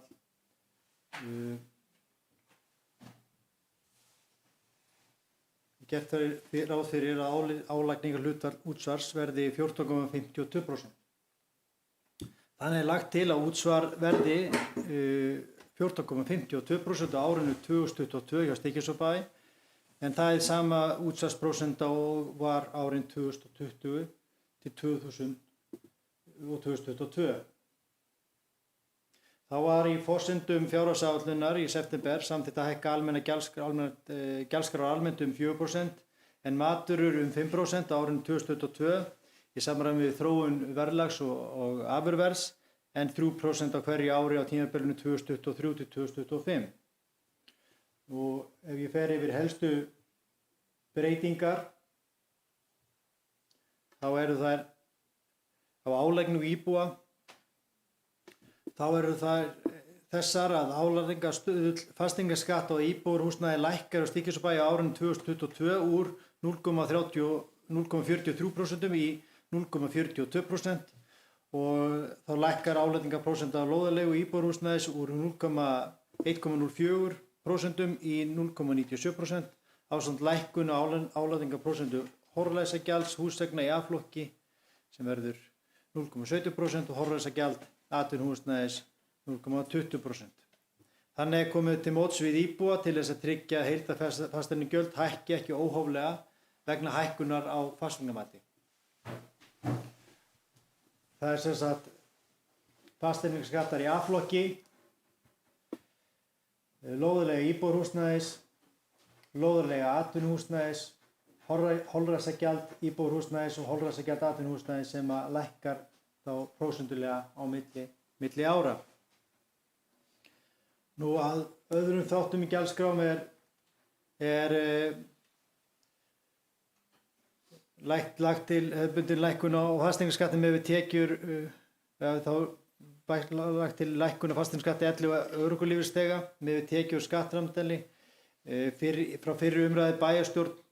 Þá liggur jafnframt fyrir sú tillaga að lækka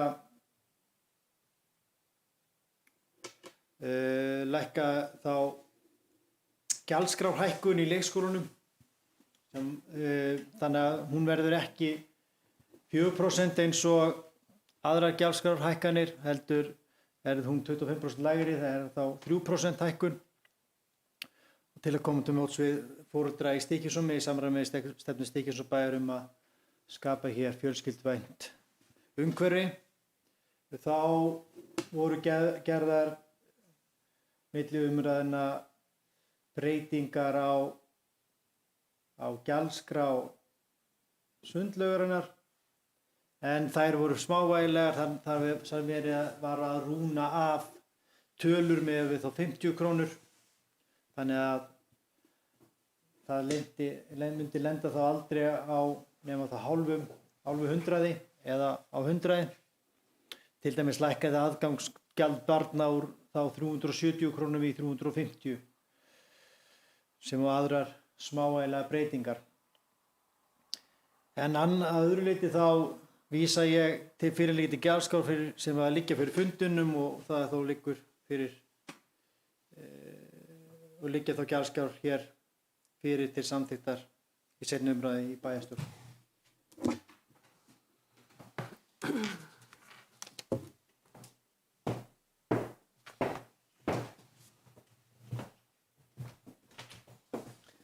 Takk fyrir þetta, Jakob.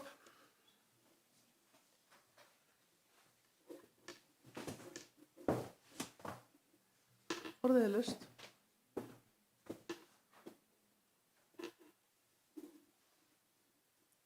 Engin kveðsljós.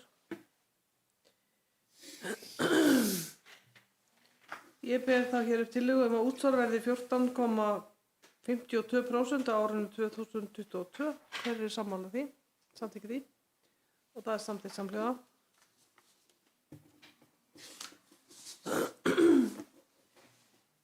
Ég ber hér upp eftirfarandi tillögu með fasteignaskatta, lóðarleigu, holræsagjald og sorphirðugjöld. Fasteignaskattur A-flokkur 0,42%, fasteignaskattur B-flokkur 1,32%, fasteignaskattur C-flokkur 1,57%, lóðarleiga íbúðarhúsnæði 0,97%, lóðarleiga atvinnuhúsnæði 2,15%, lóðarleiga ræktunarland 6%, holræsagjald íbúðarhúsi 0,17%, holræsagjald atvinnuhúsnæði 0,20%, sorphirðu og eða sorpeyðingargjöld þegar íbúð 55.900 krónur. Gjalddagi fasteignagjalda verði 9 frá 1. febrúar til og með 1. október. Bæjarstjórn samþykkir tillögu fasteignagjöld og aðrar álögur. Hver eru samþykkið því? Og það er samþykkt samhliða. Ég ber hér upp tillögu afslátt vegna fasteignaskatta á íbúðarhúsnæði í samræmi við fyrirliggjandi gögn sem felur í sér elli- og örorkulífeyrisþegar fá lækkun á fasteignaskatti miðað við tekjur og skattframtali. Afslátturinn fer eftir tekjuhæð og gildir vegna eigin húsnæðis sem viðkomandi býr í. Bæjarstjórn samþykkir samhljóða tillögu afslátt vegna afsláttar af fasteignaskatti. Hver eru sammála? Samþykkið því? Og það er samþykkt samhljóða. Forseti bæjarstjórnar ber gjaldskrá Stykkishólmsbæjar fyrir árið 2022 upp til atkvæða. Bæjarstjórn samþykkir gjaldskrá Stykkishólmshafnar fyrir árið 2022. Hver eru samþykkið því? Það er samþykkt samhljóða. Ber upp gjaldskrá fyrir slátt árið 2022 upp til atkvæða. Bæjarstjórn samþykkir gjaldskrá fyrir slátt árið 2022. Hver eru samþykkið því? Og það er samþykkt samhljóða. Ég ber hér upp gjaldskrá fyrir slökkvilið fyrir árið 2022 upp til atkvæða. Bæjarstjórn samþykkir gjaldskrá fyrir slökkvilið árið 2022. Hver er samþykkið því? Og það er samþykkt samhljóða. Ég ber hér upp gjaldskrá fyrir fráveitu fyrir árið 2022 upp til atkvæða. Bæjarstjórn samþykkir gjaldskrá fyrir fráveitu árið 2022. Hver er samþykkið því? Og það er samþykkt samhljóða. Ber hér upp gjaldskrá fyrir hunda og kattahald fyrir árið 2022. Bæjarstjórn samþykkir samhljóða gjaldskrá fyrir hunda og kattahald árið 2022. Hver er samþykkið því? Og það er samþykkt samhljóða. Ég ber hér upp gjaldskrá fyrir sorphirðu fyrir árið 2022. Bæjarstjórn samþykkir samhljóða gjaldskrá fyrir sorphirðu árið 2022. Hver er samþykkið því? Og það er samþykkt samhljóða. Ég ber hér upp aðrar fyrirliggjandi gjaldskrá Stykkishólmsbæjar fyrir árið 2022 upp til atkvæða. Og bæjarstjórn samþykkir samhljóða aðrar fyrirliggjandi gjaldskrá Stykkishólmsbæjar fyrir árið 2022. Hverjir eru samþykkið því? Og það er samþykkt samhljóða. Þá komum við að lið 26 sem er fjárhagsáætlun Stykkishólmsbæjar, síðar umræða. Lögðu fram til seinni umræðu fjárhagsáætlun ársins 2022 ásamt 3 ára áætlun áranna 2023 til 2025. Þá eru lagðar fram umsögn í fastanefnda fjárhagsáætlun Stykkishólmsbæjar. Bæjarráð samþykkti á 632. fundi sínum fjárhagsáætlun Stykkishólmsbæjar ársins 2022 ásamt 3 ára áætlun áranna 2023 til 2025. Bæjarráð vísaði fjárhagsáætlun til fyrri umræðu í bæjarstjórn. Bæjarstjórn samþykkti framlagða fjárhagsáætlun fyrir árið 2022 og 3 ára áætlun fyrir tímabilið 2023 til 2025 og vísaði henni til frekari umfjöllunar í bæjarráði og til síðari umræðu í bæjarstjórn. Á 633. fundi sínum samþykkti bæjarráð að vísa fjárhagsáætlun 2022 til 3 ára fjárhagsáætlun 2023 og til 2025 til frekari vinnslu í bæjarráði.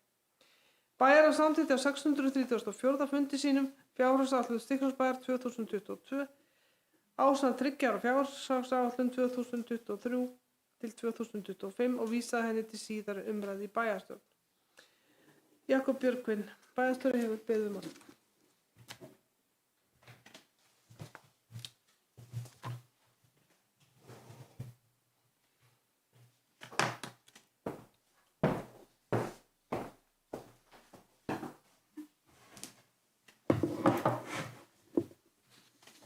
Forseti.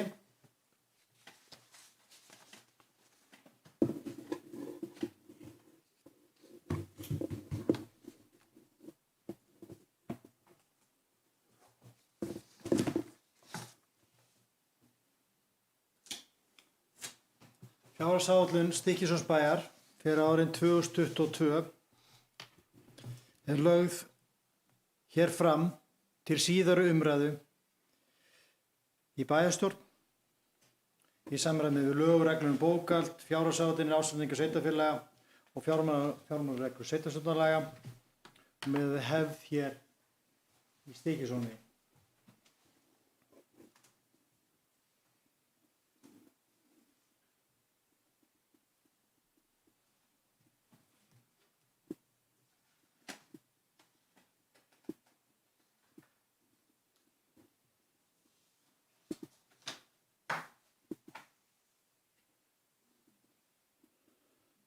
Fjárhagsáætlun ársins 2022 til 2025 er unnin út frá forsendum og markmiðum sem bæjarstjórn setti sér í september síðastliðinn og hefur þeim með áorðnum breytingum verið fylgt við vinnu við gerð fjárhagsáætlunar. Í framhaldinu fundaði bæjarráð með forstöðumönnum Stykkishólmsbæjar og lagði grunn að fjárhagsáætlun Stykkishólmsbæjar 2022 og 3 ára áætlun 2023 til 2025 sem tekið var til umræðu fyrir umræðu í bæjarstjórn í lok október. Hefur áætlunin ásamt gjaldskrám hlotið umfjöllun í fastanefndum Stykkishólmsbæjar milli umræðna og fengið ítarlega umfjöllun í bæjarráði og tekið breytingum milli umræðna. Fjárhagsáætlun var unnin í mikill og góðri sátt og samvinnu við allra bæjarfulltrúa hana myndaðist ágætt samstæða. Vil ég þakka bæjarfulltrúum fyrir gott samstarf á sama tíma og ég vil þakka þeim fjölmörgu starfsmönnum Stykkishólmsbæjar sem lögðu sín lóð á vogarskálarinnar í þessari vinnu. Ef við horfum tilbaka og horfum til þess tíma þegar við sátum hér í þessum stali, við sátum hér saman í þessum sal og vorum að ræða fjárhagsáætlun ársins 2021. Þá stóð ég hér og ég tiltók að sú áætlun tæki mið af fordómalausum aðstæðum sem uppi voru í samfélaginu vegna COVID-19 heimsfaraldursins. Það lá fyrir á þeim tímapunkti að útsvarstekjur og tekjur úr jöfnunarsjóði hefur dregið saman á árinu 2020 vegna COVID-19 heimsfaraldursins frá því sem áætlun ársins hafði gert ráð fyrir ásamt því að þjónustutekjur sveitarfélagsins voru lægri.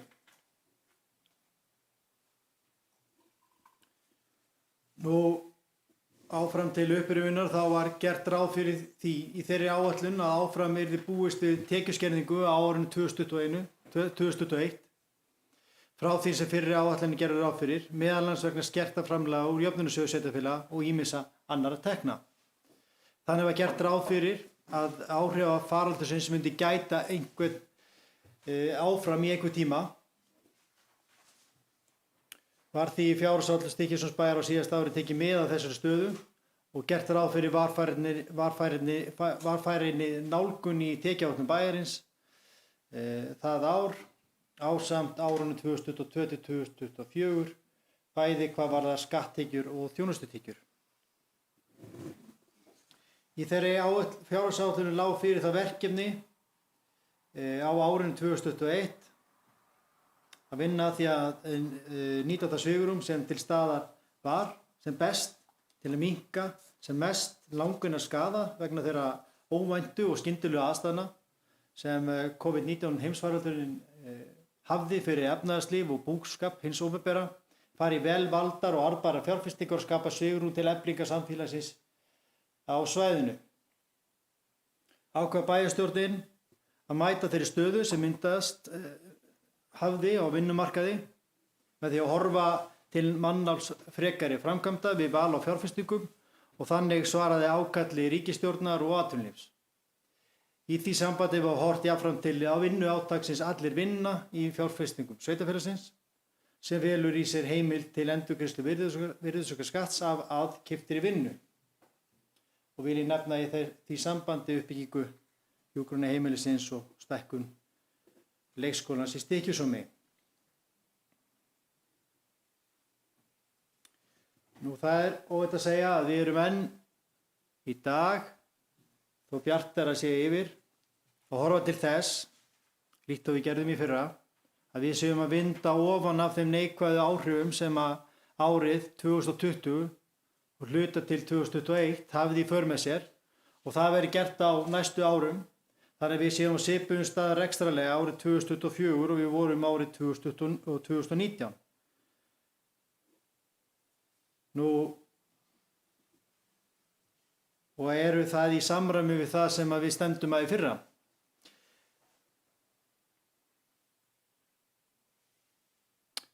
Samkvæmt fyrirliggjandi áætlun er stefnt að því að tryggja að skuldaviðmið og skuldahlutföll séu lækkuð á tímabilinu.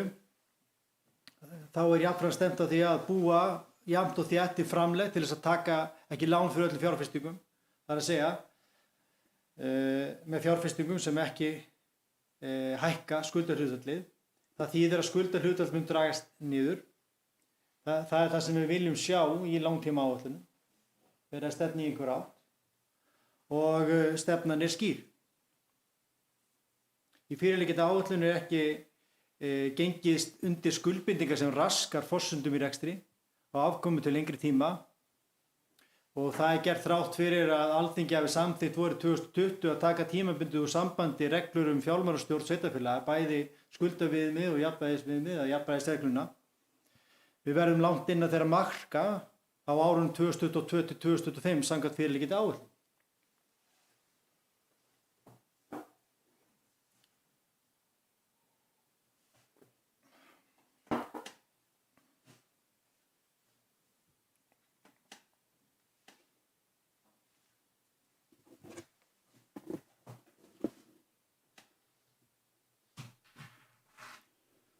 Ég vil stuttu máli nota tækifæri hérna til þess að gera grein fyrir helstu lykiltölum Stykkishólmsbæjar samkvæmt fyrirliggjandi fjárhagsáætlun. Nú eins og flesti vita þá skiptist rekstur sveitarfélagsins í A og B hluta. A-hlutinn er þessi almenna þjónusta, fræðslumál, uppeldismál, félagsþjónusta, menningarmál, hreinlætismál, umhverfismál, æsku- og íþróttamál, byggingar- og skipulagsmál. Þetta eru mál sem eru fjármögnun með almenn skattekjum og nefnist venjulega aðalsjóður. Aðrir sjóðir A-hluta eru eignasjóður og þjónustustöð og B-hlutin samastendur af ýmsum þjónustuliðum og það getur nefnt hafnarsjóð og fráveitu. Nú, en þessir þjónustuliðir eiga það sammerkt hins vegar ólíkt hinum að þeir eru fjármagnaðir að stæðstum hluta af þjónustutekjum. Eins og ég fór yfir áðan þá var ljóst að Stykkishólmur stóð frammi fyrir áskorunum árunum 2022 og 2020 og 2021 vegna COVID-faraldursins eins og kannski birtist í þessari mynd hér sem þið sjáðu upp á skjánum. Það kom í ljós að útsvarstekjur og tekjur í jöfnunarsjóði drógu saman á árinu 2020. Við vorum eitt af fáu sveitarfélögum þar sem við vorum með lægri tekjur á árinu 2020 samanborið 2019 og hef ég nú nefnt það áður að það sé vísbending það að ferðaþjónusta sé mun sterkari hér í útsvarsgrunni okkar heldur en 67% eins og við töldum hér áður. Þá til þess að líta að árin 2020 og 2021 voru umtalsverðar launahækkanir og stytting vinnuvikunnar kom til framkvæmda á árinu 2021, þar að segja á þessu ári. En til að bregðast við þessu hefur Stykkishólmsbær reynt að sýna, eða ekki reynt, við höfum verið að sýna mikið aðhald í rekstri stofnana bæjarins og það er áfram verið að vinna því fyrirliggjandi fjárhagsáætlun. þar sem lögð áhersla á ábyrga fjármálastjórn þar sem gætir aðals og ábyrgðar í rekstri bæjarins á sama tíma og þjónusta bæjarbúa verði eins best og kosið verður. Jafnframt þess að ég nefndi áðan, þá hafa markmið, eins og ég nefndi áðan, þá var það markmið með fjárhagsáætlun 2021 og verkefni þá bæjarstjórnar árið 2021 ekki síst verið að vinna því að nýta svigrúmið sem til staðar sem best til að minnka langvinnan skaða og fara í velvaldar og arðbærar fjárfestingar og ég held að það sé sömu sjónarmið eru töluvert uppi en þann dag í dag. Ef ég renni hér yfir lykiltölur í rekstri þá má sjá á þessari töflu að gert ráð fyrir jákvæðri rekstrarniðurstöðu árið 2022 að fjárhæð 109 milljónir. Og það áætlað að veltufé frá rekstri aukist 12,3 milljónir úr 135 milljónum árið 2021 í 147 milljónir tæpar árið 2022. Eins og gerir grein fyrir hér í fyrir dagskrárlið er sama útsvarsprósenta en við gerum ráð fyrir hærri útsvarstekjum á árinu 2021 og eins og ég gerir grein fyrir hér fyrir ávarpi mínu þá var áætlun ársins 2021 þá í fyrra var varfæring hvað tekjur varðar og var skynsamlega í ljósi þeirra óvissu sem að blasti við á þeim tímapunkti. En sama skapi hefur útsvarið tekið gríðarlega vel við sér á þessu ári og þess vegna gert ráð fyrir þessari tekjuaukningu sem nefnd þarna á þessu ári í útgönguspá 12,8% og þessar tekjur eru þessar útsvarstekjur langt hærri en áætlunin gerir ráð fyrir eða sem nemur 50 milljónum. Sama má í rauninni segja þessa áætlun á mínu mati að hún varfærin og raunsæ. Í fjárhagsáætluninni gert ráð fyrir að tekjur hækki 5,3% árið 2022 og við tökum þar með af upplýsingum frá Sambandi íslenskra sveitarfélaga. Og síðan einungis gert ráð fyrir 1% í tekjuaukningu árið 2023. Við gerum ekki ráð fyrir neinum tekjuvexti árið 2024 og 3,5% tekjuvexti árið 2025. En mismunur milli þessu tekjuprósenta skýrist meðal annars á áhrifum þess að Heilbrigðisstofnun Vesturlands tekur yfir rekstur hjúkrunarheimilis frá Stykkishólmsbæ. En ég minni á það að sú ráðstöfun eins og hefur komið fram hér fyrir á fundinum að hún mun hafa í för með sér til lengri tíma að það mun létta á rekstri Stykkishólmsbæjar. Með öðrum orðum mun leiða til þess að það sé minni lántaka og meiri framlegð í rekstri Stykkishólmsbæjar. Þannig sú fjárfesting sem lagtur upp með árið 2022, það að segja uppbygging hjúkrunarheimilisins, að skila sér mjög fljótt tilbaka með það framlag sem við höfum verið að greiða með hjúkrunarheimili til þessa. Nú hvað rekstrargjöld varðar, þá áætlað að gjöld aukist 8,5% án afskrifta á þessu ári, samkvæmt útskugguspá. Þar ber hæst, eins og ég nefndi áðan, launahækkanir, aðalega þá í tengslu við styttingu vinnutímans. Í fjárhagsáætlun síðan ársins 2022 gert ráð fyrir að gjöld dragi saman 1,4% en auðvitað skýringin þar stæðst að við rekum hjúkrunarheimili hér í 7 mánuði. Og síðan munu þau aukast aftur á árinu 2023 1,9% og þá gert ráð fyrir 2,9% aukning útgjalda 2025. Og þessi munur aftur, eins og í tekjunum, skýrist á þessari yfirtöku Heilbrigðisstofnunar Vesturlands á rekstri hjúkrunarheimilisins. Nú í forsendum gert ráð fyrir 3,3% verðbólgu yfir árið 2022, 2,6 árið 2023, 2,5 árið 2024-2025 í samræmi við þjóðhagsspá sem gefin er út af Hagstofu Íslands. Gert er ráð fyrir meðalvexti lána verði 3,1% á árinu 2022-2025. Framlegð, eins og sést á þessu töflu, nam 122 milljónum á árinu 2020 og er áætlað að framlegð hækki í 207 milljónir króna á árinu 2021 í útgönguspá.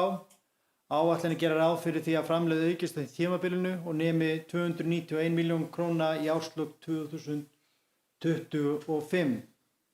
Gert er ráð fyrir að framlegðin verði á tímabilinu 13-15%, þar að segja frá 2023-2025. Hvað varðar skuldir og skuldbindingar, þá er gert ráð fyrir að þær aukist á árinu 2022 og 2023 en taki eftir það að lækka og verði 2,7 milljarðar í árslok 2025. Frá árinu 2022 til 2025 er gert ráð fyrir lækkun skulda, það er að segja ef við horfum á skuldir og skuldbindingar samtals á árinu 2022 og berum saman við áætlun í lok árs 2025, þá sést þar að við gerum ráð fyrir að greiða þá jafnt og þétt niður skuldir þegar líður á. Veltufé frá rekstri var á árinu 2020 99 milljónir. Eins og sést í töflunni, en á því ári komu saman launahækkanir, eins og ég nefndi áðan, ofan á tekjufall sveitarfélagsins sem hefur eðlilega áhrif á veltufé frá rekstri. Þá er áætlað að veltufé frá rekstri verði 135 milljónir króna á árinu 2021 og áætlanir gera ráð fyrir því að veltufé frá rekstri aukist jafnt og þétt á tímabilinu og nemi 251 milljón króna í árslok 2025. Hér erum við sem sagt að horfa til þess að rekstur sé að skila nægu til þess að greiða af lánum og eiga afgang til fjárfestinga. Stóra myndin eins og við nefndum fyrra, það tekur þessi ár, við vorum komin þangað 2019 og það tekur þessi 3-4 ár að ná þessi jafnvægi aftur vegna þessa COVID-faraldurs og það er þessi stóra mynd að við erum að ná að lenda þessu 24 árum aftur, svona ef maður notar árið 2019 sem einhvað viðmið í því samhengi. Skuldaviðmið var 122% árið 2020 en áætlað að nemi 117% á árinu 2021 og 2022, hækki í 118% árið 2023, skýrist aftur á stóru hluta af því að þá eru tekjur hjúkrunarheimilis að fara úr rekstrinum. En fer síðan lækkandi eftir það verði 108% undir lok tímabilsins, þar að segja árið 2025.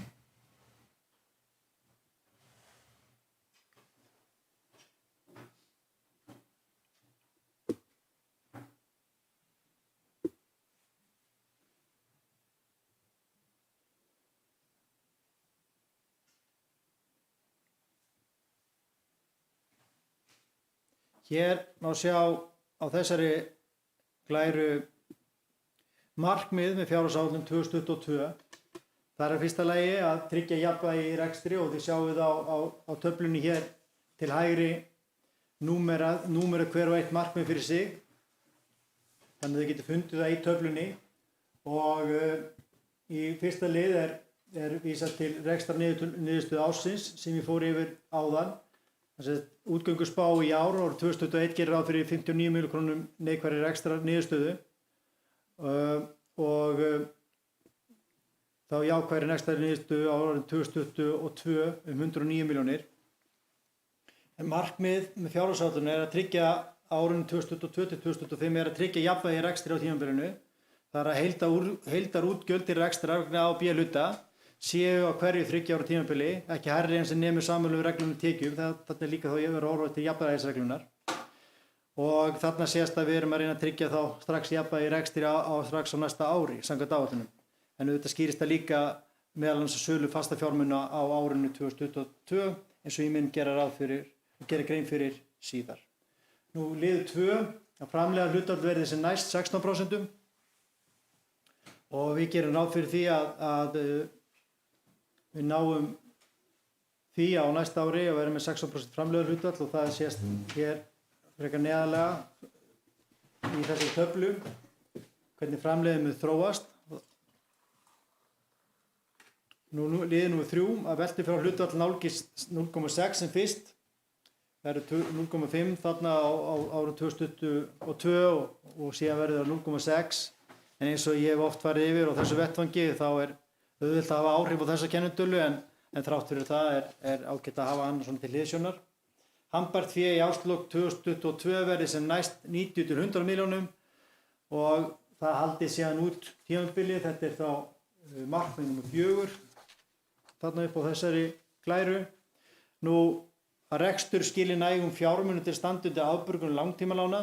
Þarna erum við að tala það sem ég nefndi áðan að veltufé fyrir rekstri væri að standandi skuldbindingum og við náum þessu á næstu árum eins og ég nefndi áðan. Við erum sjá fram það hér að árum 2023 til 2024 ef við að ná því að framlega eða veltufé fyrir rekstri svona ná kannski því eins og ég nefndi að þessu jafnvægi aftur sem við vorum búin að ná árum 2019 og síðan þá var reksturinn farin að skila sér þannig að að nægi til afborgunar af langtímalánum og síðan til viðbótar þegar líður tímabilið til fjárfestinga. En þetta er þá til lengri tíma merki sjálfbæran rekstur eða þá rekstur sveitarfélagsins sé sjálfbær. Nú liður 6 er skuldaviðmið sem við gerum grein hérna fyrir og eftir. Það er gert ráð fyrir að skuldaviðmið verði 117% á næsta ári en það hefur lægst farið á Stykkishólmsbæ í 111,5% árinu 2019 frá því að farið var að halda utan skuldaviðmið sérstaklega frá árinu 2012.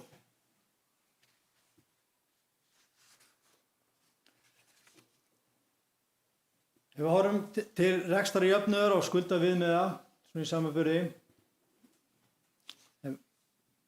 við tölum þetta svona í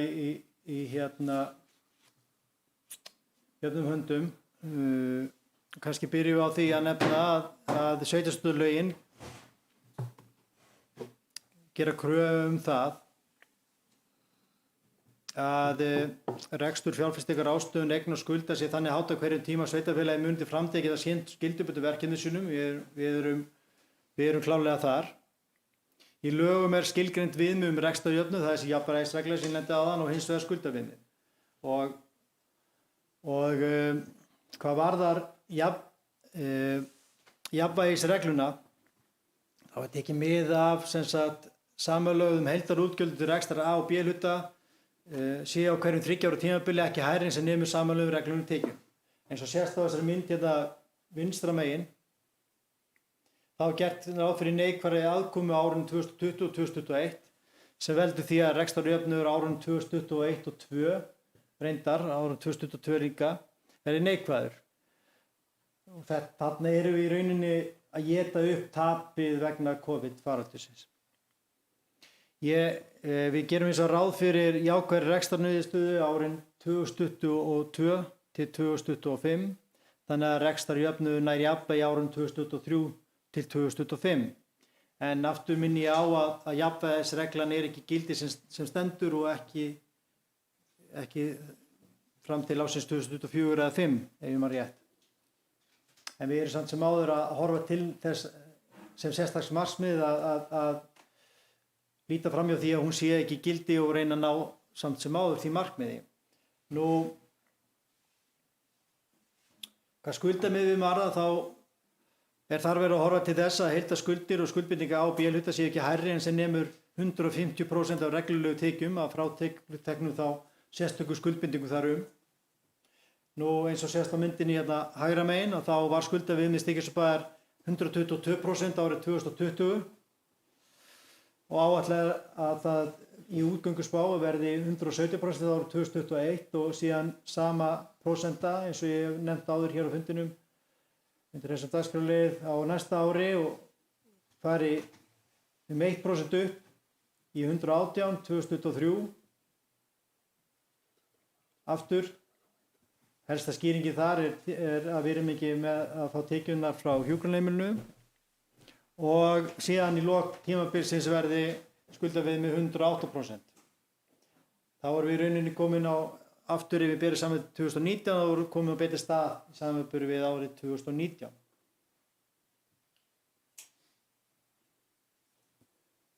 Á þessari glæru má sjá yfirlit yfir nokkra helstu þætti í rekstri Stykkishólmsbæjar. Eins og við komum hérna inn á áðan þá er áætlað að tekjur hækki 12,8% á árinu 2021, það er að segja þessu ári.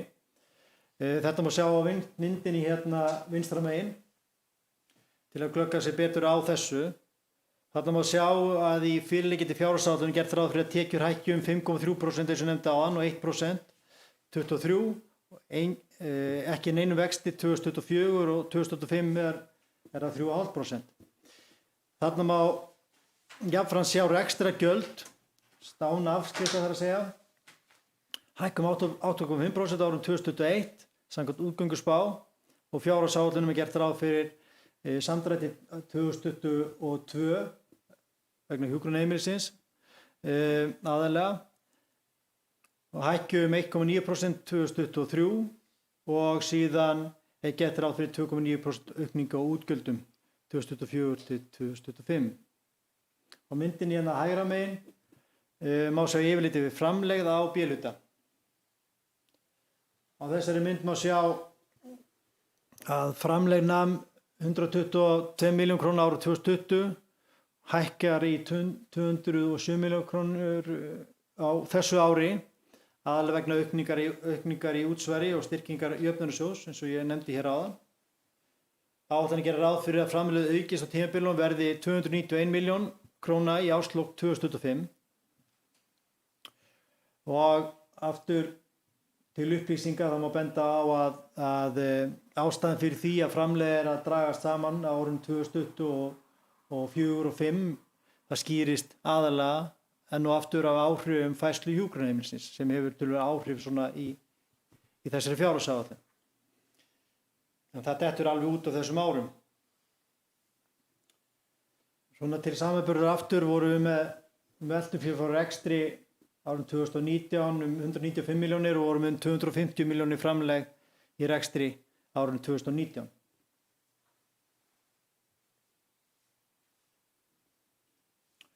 Hvað varðar prósentuhlutfall framlegðar þá er gert ráð fyrir að það verði þarna á bilinu 13-16% á tímabilinu 2023 til 2025 og þarna má sjá að við erum komin ef að áætlun standast þá erum við komin með heilbrigða framlegð með við skuldbindingar sem liggja fyrir en þetta getur maður gert með því að það sem er oft gert er að bera þá saman framlegðana við þá skuldahlutfall eða prósentunum þar skuldahlutfall.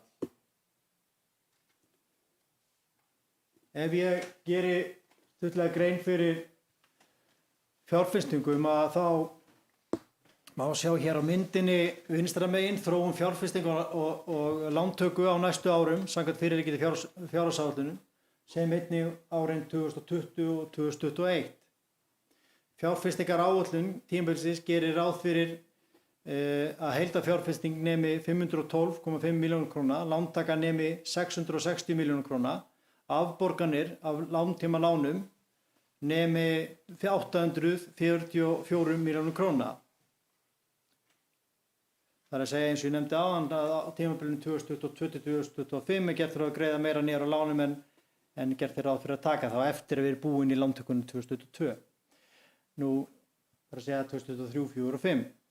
Í fyrirliggjandi áætlun er fjárfestingarleiðin vegna ársins 2022 verður lögð áhersla á fjárfestingu í arðbærum innviðum og bættri þjónustu við íbúa en það ber hæst í þessari fjárfestingaráætlun uppbygging hjúkrunarheimilisins sem mun ljúka á árinu 2022. og gatnagerð.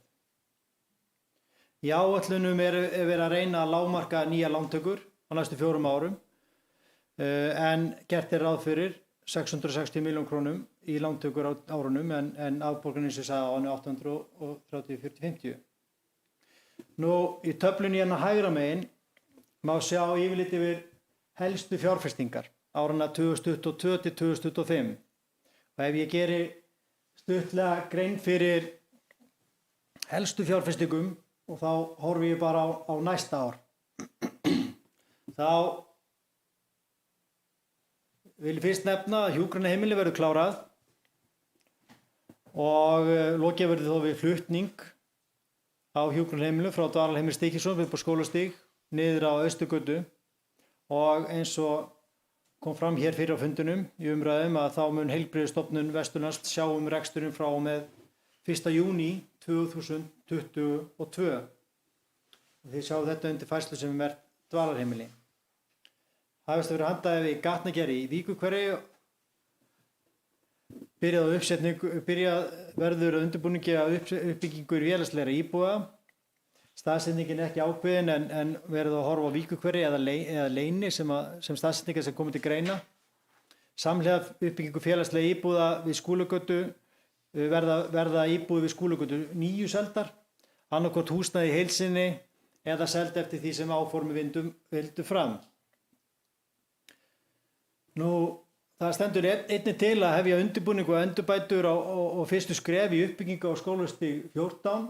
Það er þá en við flutning á hjúkrunarheimilum upp á Austurgötu en niður á Austurgötu þá losnar rými við Skólastíg 14 og verður þá hafist handa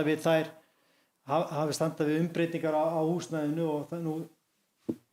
og er starfandi starfshópur sem er að forma tillögur í þeim efnum. Þannig að eins og starfshópurinn kynnti fyrir bæjarráð á dögunum og þá verður að ræða íbúðir annars vegar á efri hæð nema tillögur starfshópurinn breytist og þjónusturými fyrir íbúa 60+ á neðri hæð. Það sem sagt hugmyndin er að útbúa svokallað hjarta bæjarins í þjónustu við eldri borgara í Stykkishólmi upp á Skólastíg 14. Árinu 2022 verður haldið áfram í stígagerð og umhverfisverkefnum líkt og við höfum verið að vinna síðustu árin og það kannski get ég nefnt stígagerð í skógræktinni sem dæmi og stígagerð í Grensás, upp á Grensás. Það er stefnt að því að halda því áfram. Nú, síðan er gert ráð fyrir því í liðnum fráveita að fara í framkvæmdir í Maðkavík, klára þær sem hefjast reyndar á þessu ári með innkaupum og síðan er farið í það að klára það næsta vor að setja nýja útrás í Maðkavík. Og við stefnum að því þá að ljúka þeim framkvæmdum næsta vor. Og þess ber að geta að við fengi viljir fyrir 18 milljón króna styrk til þessar framkvæmda frá ríkissjóði sem kemur þá til frádráttar á þessari tölu sem er þarna 40 milljónir en 20 milljónir eru í fjárfestingaráætlun þessa árs vegna þessa verkefnis.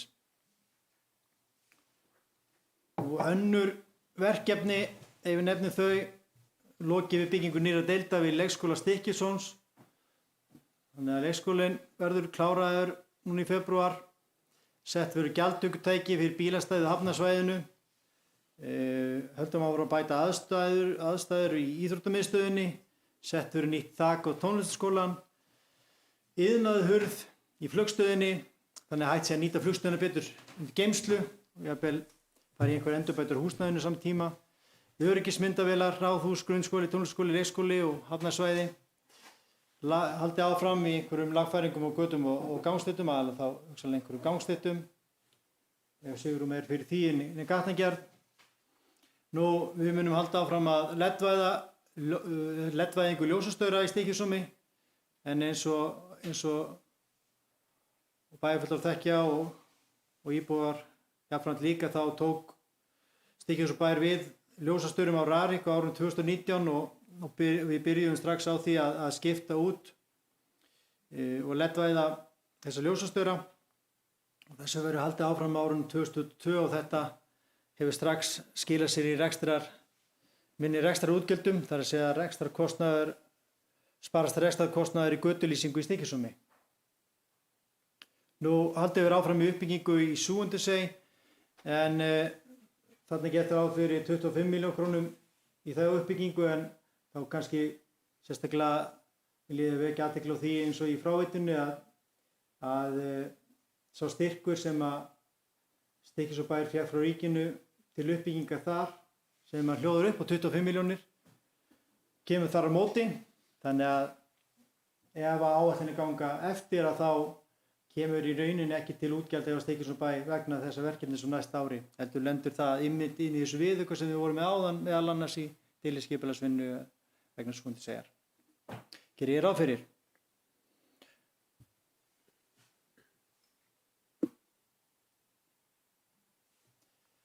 Nú, örlítið að efnahag A og B hluta. Hvað var afborganirnar fyrir langtímalána? Þá má sjá hérna á vindinni vinstra megin afborganirnar fyrir lána með fjárhagsáætlun 2022-2025. Þarna sést að afborganir langtímalána fara vaxandi samhliða aukinni lántöku á árunum 2022 en fara síðan lækkandi á árunum 2024 og 2025 gangi áætlanir eftir. Nú ef við horfum til samspil milli framlegðar og afborgana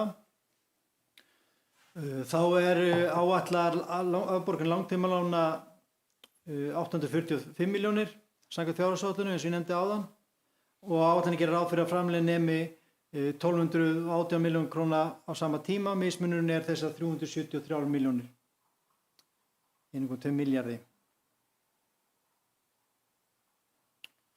En eins og kemur fram þarna á glærunni eftir því sem að stærri hluti framleiða þarf að ráðstafa til greiðslu afborgana, þeim mun erfiðara að fjármagna fjárfestingar með öðru en lántöku. Eins og við þekkjum þá eykur slíkt síðan þrýsting á framlegð og sjálfbærni fjármálum og það verður þá torsóttara markmið. Hvað varðar afborganir lána 2021 nema það er 92% af framlegð ársins en lækkar hlutfallið niður í 61% árið 2022 og hlutfallið þarna bilinu 70-80% 2023-2025 en þetta yfirlit má sjá svona í tölulegu formi eða í súlurit formi hér hægra á myndinni hér til hægri.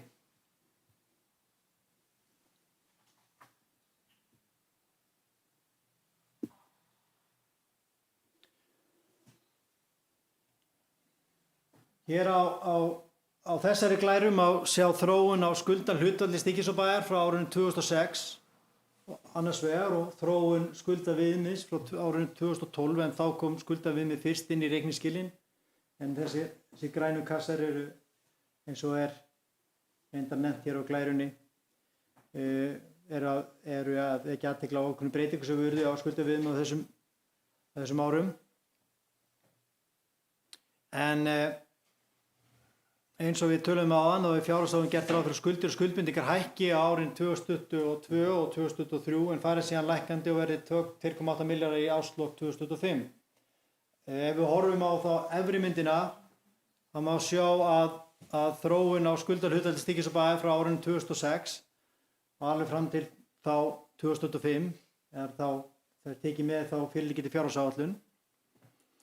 Þarna sést að skuldahlutfallið lækka lítillega á árunum 2022 og 2023 þar sem áætlað að skuldahlutfall verði í árslok 2021 138% en lækkar á árunum 2024 og 2025 og verður 130% í árslok 2025. Og svona í samanburði við fyrra ár þá ekki sjá að við séum með nein rauð flögg hér á ferðinni. Nú að neðri myndinni má síðan sjá þróun skuldaviðsmiðs hjá Stykkishólmsbæ frá árunum 2012 og fram til 2020, útgönguspána 2021 og síðan fjárhagsárið 2022 fram til ársins 2025. Nú það gert ráð fyrir óbreyttu skuldaviðmiði eins og ég sagði áðan frá 2021 til 2022. Við fórum lægst niður á árinu 2019 í 111% og fyrir síðan ef áætlanir ganga eftir munum við ná að fara undir það viðmið á árinu 2025.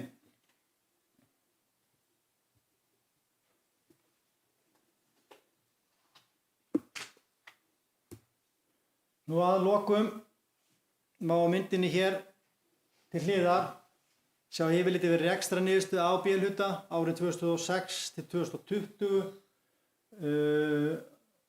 útgönguspá 2021 í samræmi við þann miðauka sem var samþykktur hér fyrir á fundinum og fyrirliggjandi fjárhagsáætlun 2022 til 2025. Eins og sjá má á myndinni var hún neikvæð frá 2006 til 2011 og undanskildu 3 milljóna króna hagnaði 2007. Árinu 2012 var 4 milljóna króna hagnaður. Tap árinu 2013 samt smávægilegt. En hagnaður frá árinu 2014 til 2019 undanskildu árinu 2017 þegar lífeyrissjóðurinn Brú kom inn og breytti stöðunni. En árin 2020 og 2021 er þessi COVID-ár sem að mér hefur verið tírætt hér í dag. Það sem að er neikvæð niðurstaða eins og við þekkjum.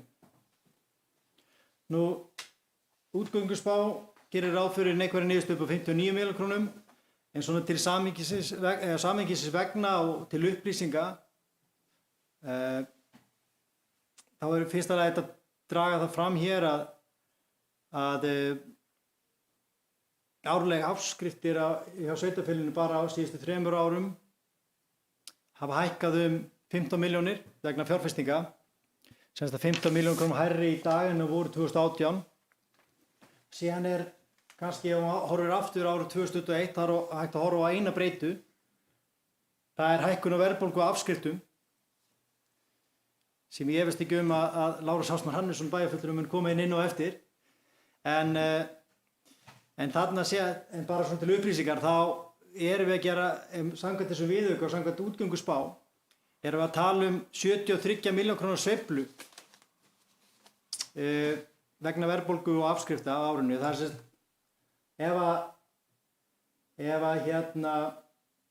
ef við berum saman fjárhagsáætlun síðasta árs með þeirri verðbólguspá sem var á þeim tíma sem var 2,7%, berum saman við núgildandi verðbólgu 4,8%, tökum þann mismun þarna á verðbólgunni, þá erum við að tala að verðbólgan sé þarna 68,7%. Það sé hækkun gjalda kostnaðar. Með öðrum orðum að hefði verðbólgan haldið svo sama á árinu 2021 þá væri Stykkishólmsbær hér í jákvæðri rekstrarniðurstöðu á árinu 2021. Þannig að það er þá minnsta kosti vísbending það að aðhalds hefur verið gætt í rekstri bæjarins og reksturinn er í jafnvægi að því leytinu til. Þrátt fyrir að þarna séu breytingar sem að skýrast megnum til í verðbólgunni, við sveiflum svolítið eftir henni í þá rekstrarniðurstöðu þótt að það hafi ekki jafn mikil sterk áhrif á veltufé fyrir rekstri eins og við þekkið. Nú,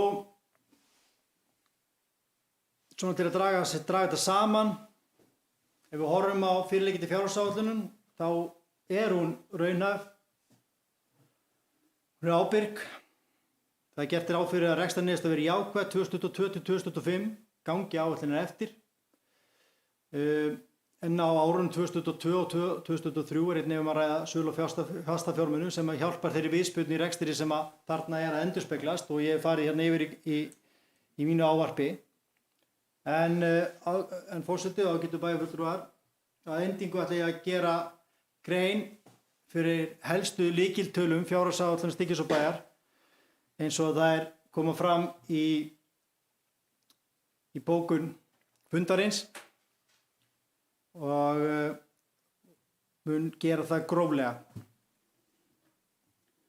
Ef við byrjum að A-hluta aðalsjóðs árið 2022, tekjur alls tæpur 1,6 milljarður, gjöls alls fyrir afskriftir fjármagnsliði tæpur 1,5 milljarður, rekstrarniðurstaða A-hluta neikvæð 66 milljónir, veltufé fyrir rekstri 88 milljónir, afborgun langtímalána 181 miljón, handafé árslok 90 milljónir. B-hluti, hafnarsjóður, hagnaður 17,5 miljón, fráveita hagnaður 18,8 milljónir, félagslega íbúðir, þarna er hagnaður 146 milljónir, þetta er salan sem ég talaði áðan, rekstrarniðurstaða dvalarheimilisins neikvæð 16,5 miljón, Rekstrarniðurstaða þjónustuíbúða 72.000. Veltufjárhæð rekstri 59 milljónir. Afborgun langtímalána 22 milljónir. Saman A og B hluti 2022, tekjur alls 2 milljarðar, gjöld alls fyrir afskriftir og fjármagnsliði 1,7 milljarður, fjármagnsgjöld 136 milljónir, rekstrarniðurstaða jákvæð 109 milljónir tæpar, veltufé frá rekstri 147 milljónir, afborgun langtímalána 203 milljónir, handarfé í árslok 90 milljónir eins og markmið Stykkis- og bæjarstjórn Stykkis- og bæjar kveða á Nú að þessum sögðu liggur hérna fyrir fjárhagsáætlun ársins 2022 og 3 ára áætlun 2022 til 2024 og liggur hún hér frammi til samþykktar í bæjarstjórn Stykkis- og bæjar.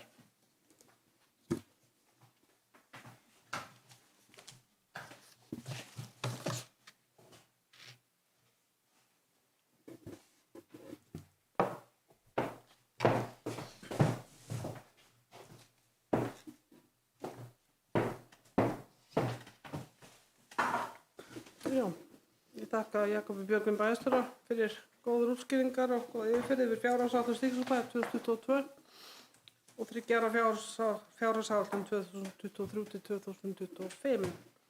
Orðið er laust. Haukur Garðarsson, bæjarfulltrúi og listaðu bauðum orðið. Kæra svo vel, Haukur.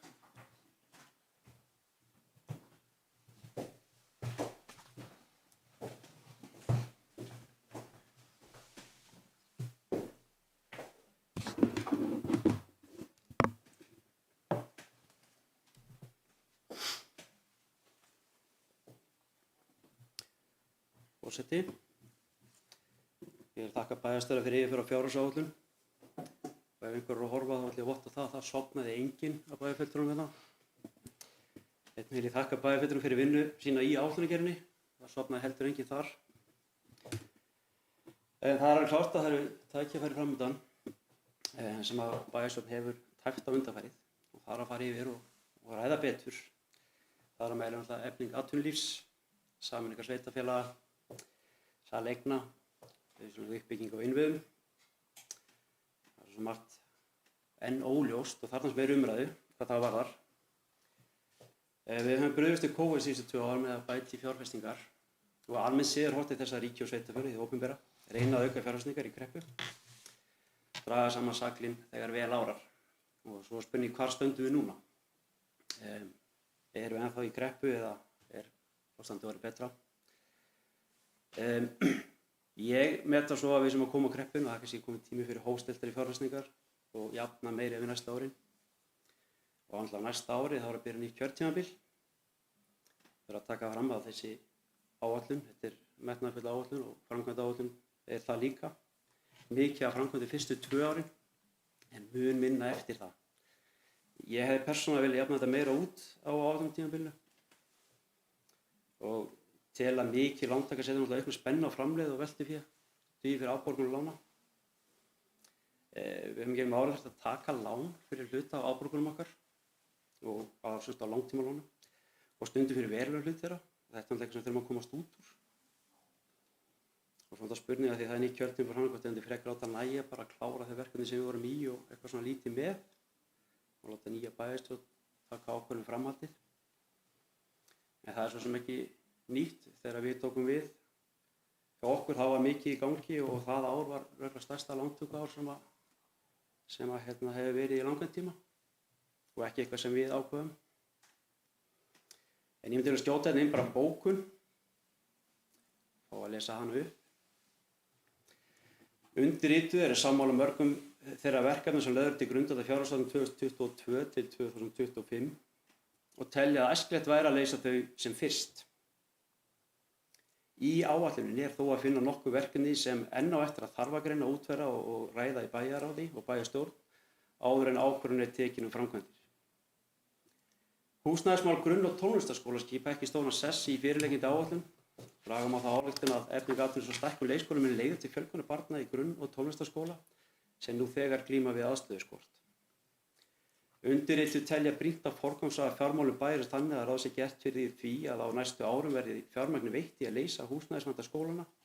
Bætt aðstaða skólana ætti að vera mál málanna næsta árin. Undirrituð ítrekað ákvörðun fjöryggi í Súgandissi ætti að vera tekin á grundvelli íbúakosningar.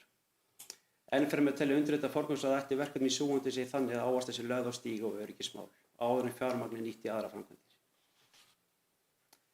Á næsta ári er stefnt að því að auka lóðaframboð í Stykkishólmi. Óskað hefur eftir samanburði á hagkvæmni við Gatnagerði í Víkurhverfi og Vatnsási, en sá samanburður liggur ekki enn fyrir.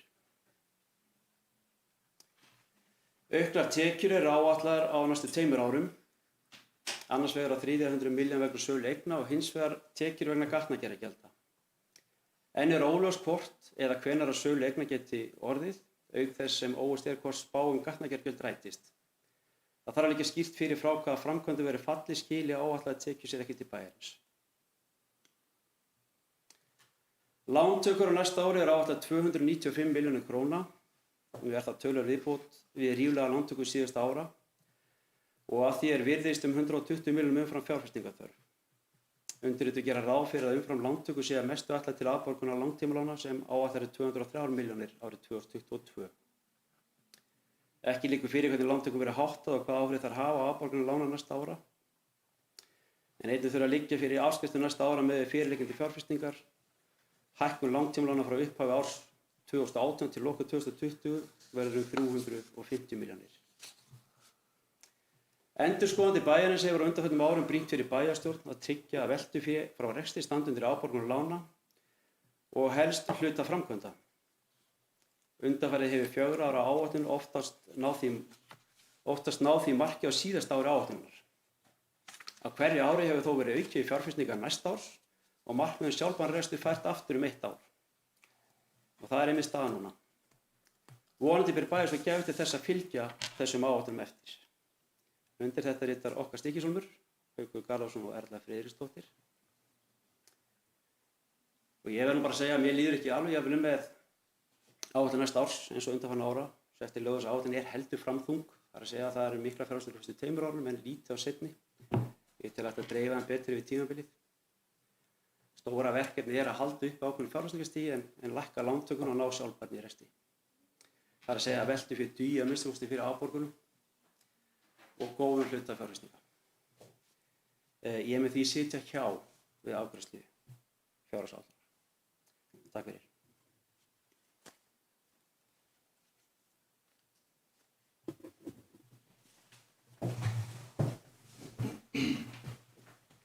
Takk fyrir þetta, Haukur.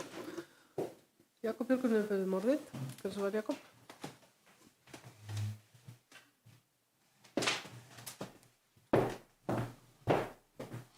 Forseti.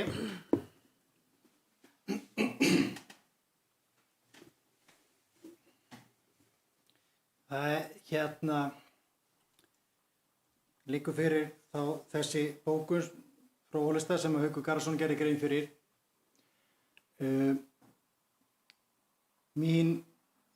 Fyrsta sem ég datt í hug þegar lesturinn hófst var að það væri að koma kosningar. Því að þarna eru varpað fram fjárfestingum á sama tíma verið er að gagnrýna fyrirliggjandi fjárfestingar áætlun eða þunga í fjárfestingum í fyrri tímabils án þess þá að komi tillögur það hvaða fjárfestingar á þá að taka út úr áætluninni ef að bæjarfulltrúar Ólistans ætla að setja hjá. Það liggur ekkert fyrir neinn tillaga það þá. Það er mjög einfalt mál að telja það upp. Það er hjúkrunarheimilið og hætta við það. Þá hætta við að vera með skort á íbúðalónum Stykkishólmi og hætta við Víkurhverfi. Eigum við ekki að fara í uppbyggingu upp á skólastig eftir að færa hjúkrunarheimilið. Þetta eru stærstu fjárfestingarnar. Viðbyggingu leikskólann. Þetta eru fjárfestingarnar. Þetta er einhver af þessu sem það þarf að fara. Maðkavíkin, ef að hætta við hana og hætta þá því að við séum að missa 80 milljóna króna styrk í það framkvæmd. Þetta er valið. Viðbyggingu grunnskólann. Við erum að tala það í bókunni að það séu þá svigrúm jafnvel til þess innan næstu öllu óbreyttu, sko. Hvað er alltaf að taka út? Hvað þá að vera gagnrýni einu voru að vera gagnrýni að sko fjárfestingarnar og síðan hinnu að vera að segja, herru, við ætlum að fara viðbyggingu í grunnskólan. Sko það er alveg hægt að gera þetta með einhverjum róttækum aðgerðum. Það var hægt að fara hérna og hérna hækka inntökualdur í leikskólanum upp í 2,5 ára, 2 ár og sko skerða þjónustu hér og þar bæinn einhver tíma og safna þá inn í og auka veltufjár rekstri og safna þannig inn í fjárfestingargetu bæjarins. Ég veit samt ekki ennþá hvort að það myndi allt saman duga sko á þessu tímabili sem við erum að ræða hér. Ég átti mig ekki alveg á því, kannski getur vel verið, ég hafi minnskilið Hauk Garðarsson bæjarfulltrúa það að hann var í hugsanlega að tala fjárfestingar og viðbyggingu við skólastofnanir og færslu tónlistarskóla sem að held að allir séu hérna sammála það sé brýnt verkefni. Það er engin ósammála því. Og ég hef aldrei heyrt nefna það, ég heldur frekar að vera að tala það að það sé alltaf á stefnuskránni. Var svo sem að stefnuskránni 2010 hefur ekkert breyst, það er verið að eins og alltaf forgrassa fjárfestingu. Við erum kannski að tala fjárfestingu upp á $0,5 milljarð. Kannski einhverjar hérna, eða svona 450 til $0,5 milljarð, sem að, svo fjárfesting sem að ef þetta er á grunni þessar teikningar sem liggja fyrir. Frá 2010. Við hugsaðlega hægt að fara í einhvern bútasaum og taka einhverjar minni byggingar eins og einhverja tillögur liggja fyrir sko, en þá er ekki búið að gera ráð fyrir loftræstikerfinu og finna lausnir á því og ef að gera ráð fyrir þá öðru loftræstikerfi í þá minni byggingu heldur en í stærri eins og þetta var hannað fyrir. Ég veit það ekki, veit ekki hvort að það sé skynsamlegt að fara í svoleiðis bútasaum. En mér finnst bara mikilvægt að fara þá sama hljóð og mynd og mér finnst það eðlilegra að bæjarfulltrúar komið þá bara með sína pólitísku sýn á þetta, hvað á að sleppa, ef það á að fara í hitt. En svona, mér finnst það vera að skila auðu í þeim öfnum, eða að sitja hjá og leggja þá ekki fram konkrétt tillögur og hvernig framtíðarsýn önnur svo en hér birtist í þessari áætlun, bæjarfulltrúar séu að þá leggja áherslu á.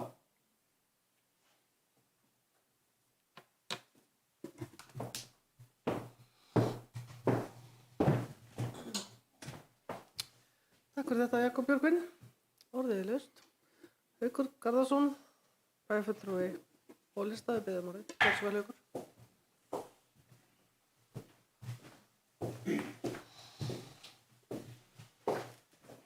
Takk fyrir það.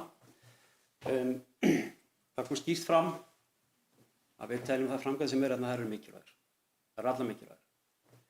Og þegar við vorum að ræða þetta í bæjaráði þá var ég mikið í til það að við þyrftum svolítið að forgangsraða sem að pólitíkin snýst rosalega mikið Verkefnin eru mjög mörg og á bak við þau eru eflaust fleiri milljarðar. Miklu meira heldur en við getum gert á 4 árum. Og þegar ég var að biðja að fá forgangsröðun á þessu þá var ekki mikill hljómur með því, alveg klárt mál. Ekki það að mér fannst öll verkin vera nauðsynleg og það er rjúkið.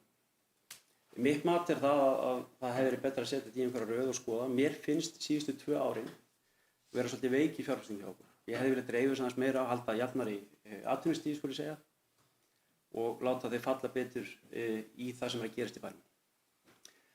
Að sjálfsögðu eigum við að ræða okkar verk og henda fram að grunnskóli kosti 500 milljónir sem hefur ekki verið skoðað kannski mjög vel. Það er mjög gróf tala. Eins hefur verið hent fram tölum með því sem eru upp á skólastig. Það er held ég líka mjög gróf tala og ég hef efasemdir að hún sé nógu há. En við þurfum að leggja það fram hvað við ætlum að gera. Og mér finnst alveg komið til greina að ræða það hvort við frekar að taka undan stækkun grunnskóla eða að gera skólastíg til dæmis. Það er bara mjög góð umræða á bæjarráðsfundi. Kannski ekki bæjarstjórnarfundi, en pottþétt á bæjarráðsfundi. Og þegar við erum að vinna þetta, þá vinnum við þetta svolítið saman. Það er ekki eins og ég kom fram og nei, hendur þessu burtu, svona verður þetta. Það er meira þannig að bæjarritari, bæjarstjóri koma fram með tillögu og svo ræða þær. Kannski líka að þessi bæjarráðsfundir sem við erum að ræða þetta, ef ég maður rétt, þá var annars 7 tímar, hins 6 tímar, þetta kom í lokin. Kannski þurfum við að taka frá bara svolítið meiri tími í þetta, bara út af fyrir sig. Þetta eru stór mál. Það er erfitt að taka þetta í 6-7 tíma fund. En ég er ekki að segja það að þau verkefni sem við verðum að nefna hérna, þetta sé óvænt verkefni. Þetta eru allt góð verkefni, alveg klart mál. En ég hefði viljað koma þessu inn í forgangsröðina og gjarnan setja það fram var hérna þau verkefni sem eru að. Takk fyrir það.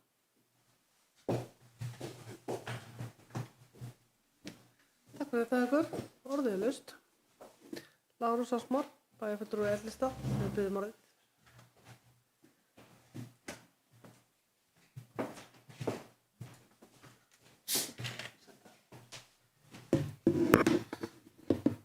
Forseti, ég vil þakka bæjarstjóra fyrir yfirferðina á áætlunni. Ég vil þakka ágætt samstarfi í þessa vinnu og farið ágætlega í gegnum þetta.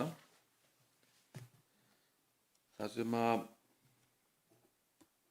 kom mér á óvart á síðasta bæjarfundi, það var að fyrst erum við að ræða viðauka 3, þar sem kemur fram að rekstrarniðurstaða fyrir 2021 verði neikvæð upp á 58,9 milljónir og með það erum við að vinna. Stuttu seinna kemur endurskoðandi bæjarins inn á fund til okkar og við erum að velta fyrir okkur sviðsmyndum og fjárfestingum og öðru slíku. Og þá var hann með niðurstöðutöluna 28 milljónir mínus fyrir 2021. Nú ég benti á þetta og ég get ekki ímyndað mér að endurskoðandinn hafi verið glaður með að vera að fá þessar upplýsingar því að þarna munar 30 milljónum í þessari vinnu og við vorum að reyna að fá svona skýra mynd á þessu. Ég hef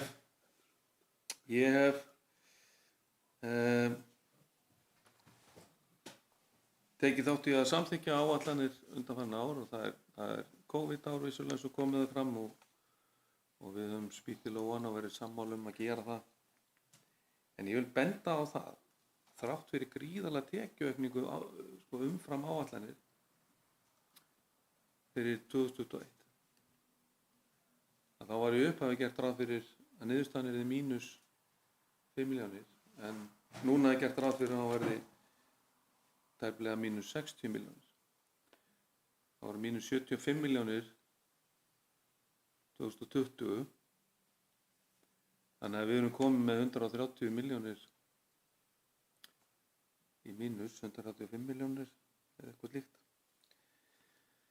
Á 2 árum í mínus og því að bæjarstjórinn talaði hérna kosningaskjálfta í Ólistanum og allt í lagi með það og þannig bara er þetta, við hefur alltaf verið og þá er verið að tala hérna 109 miljón króna pluss 2022 og ég fór nú yfir það á bæjarráðsfundinum að mér teldi þetta helvíti bratt og bauð mér þessi að bæjarstjóra að veðja við hann en það má ekki veðja en stundum kannski gerir maður að ég stundum hefur gaman að því að svona setja upp einhver svona lítil og saklaus veðmál þar sem að velunin eru kannski Pepsi Max og Prince eða Sviðasvölda og Pepsi Max sem er eins lélegur kokteil og það getur verið. Ég er búinn að vinna nokkuð við veðmál núna undanfarin ár í þessu og ég er svolítið hræddur við þess að ég hef verið að liggja þessi yfir þessu núna undanfarna daga frá því að bæjarráðsfundinum. Ég er hræddur við þessa áætlun og ég tek að hluta til undir með Ólista með þeirra varúðarorð. Við erum að tala 2021 eins og bæjarstjóri kom inn á og ég myndi örugglega minnast á. Þá ætla ég að gera það svona til að hafa alla góða. Að fjármagnskostnaður verður yfir 150 milljónir. Við þess að við erum að borga yfir 150 milljónir 2021 fyrir þau lán sem við höfum tekið. Þetta ég er svo nýskur, mér finnst þetta skelfilegt. Ég vildi gjarnan hafa þessu 150 milljónir í annað. Og auðvitað er breytingin núna fyrir 2021 að stórum hluta út af hærri verðbólgu.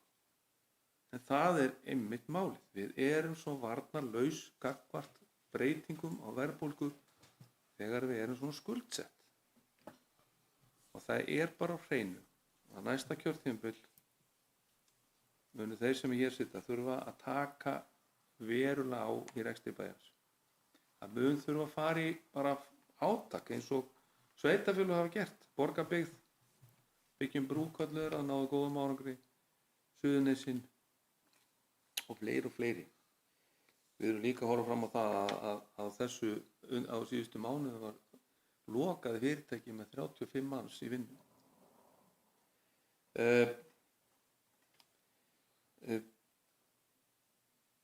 Það er verið að tala hérna um stórfelldar eignasölur á blokkinni, annarkvort, þar er stæðsti pósturinn blokkin, annarkvort að hún verið seld í heilu lagi eða einu og einn íbúð. Það er alveg á hreinu ef hún verið seld einu og einn íbúð, þá mun það ekki gerast á næsta ári. Það verði ekkert allar seldar á næsta ári einu og einn. En ég skynji það samt ekki annað en að við erum öll að leggja okkur fram. Og að því bæjarstjóri tala hérna um kosningaskjálfta, þá finnst mér aðeins þessi áætlun,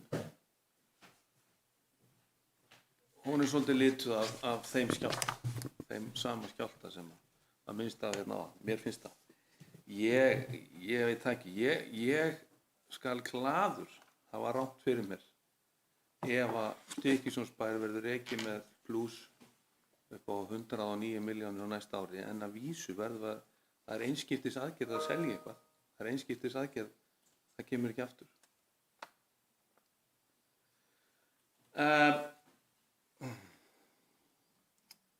Varðandi bókun Ólistans, þá var hún að mörgu leyti ágætt eins og ég sagði það, nema þessi hluti eggið. Það fannst mér alveg skelfilega dapurleg bókun, sko, af því að ég ætla ekki að sitja undir því að vera bæjarfulltrúi sem leyfi ekki bæjarbúum að greiða atkvæði eitthvað sem er sjálfsagt mál. En svo tillaga, hún voru að koma fram á þeim tíma að það sé gerlegt að gera. Þessi tillaga og þessi vending hjá Ólistanum í því máli var bara ekkert á réttum tíma, hún kom á seint.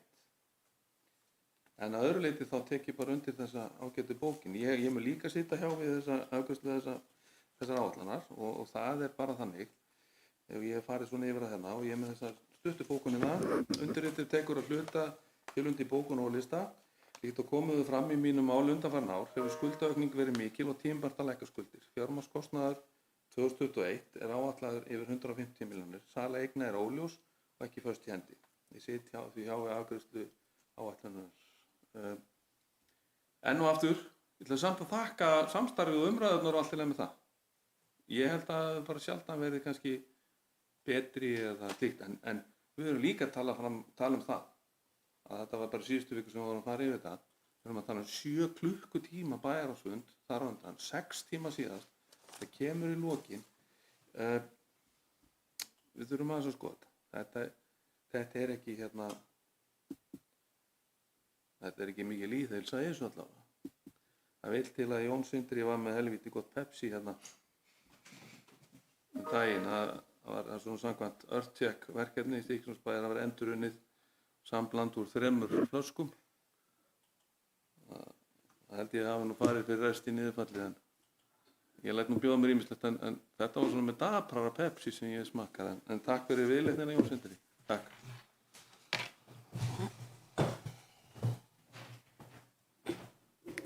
Takk fyrir þetta, Lárus. Ég ætla að taka fundarhlé.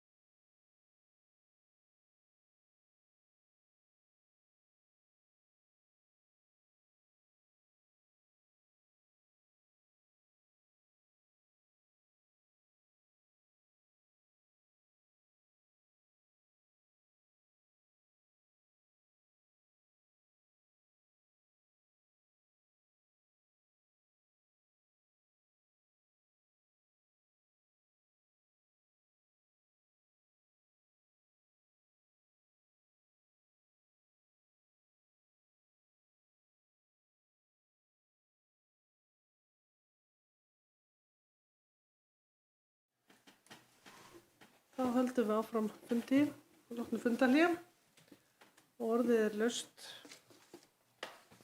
Steinunn Ingibjörg Magnúsdóttir, bæjarfulltrúi Háleistad, gjörðu svo vel.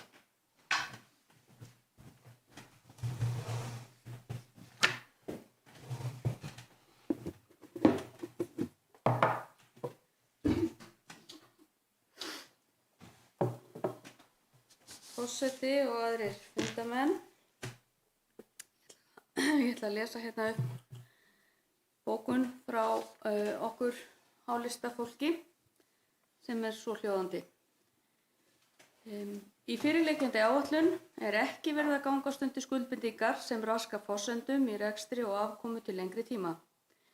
Stefnt er að því að fara í vel valdar og arðbærar fjárfestingar sem sátt er meðal allra bæjarfulltrúa og skapa svigrúm til eflingar samfélagsins á svæðinu. Ber þar að nefna uppbyggingu hjúkrunarheimilisins, opnun á lóðum í Víkurhverfinu, viðbyggingu við leikskólann og uppbyggingu á skólastíg 14. Með þessu teljum við okkur vera að vinna í beinu framhaldi af þeim skuldbindingum sem við þegar höfum ákveðið, meðal annars að færslu hjúkrunarheimilisins, stækkun leikskólans, vinnu við stígagerð og önnur umhverfisverkefni og því þjónustustigi sem við höfum stefnt að fyrir íbúa bæjarins.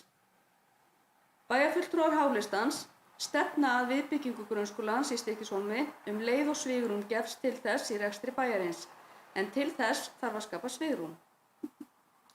Bæjarfulltrúar Hálistans vísa að öðru leyti til fyrirliggjandi fjárhagsáætlunar, greinargerðar bæjarstjóra með henni og samantekt fjárfestingaráætlunar 2022 til 2025.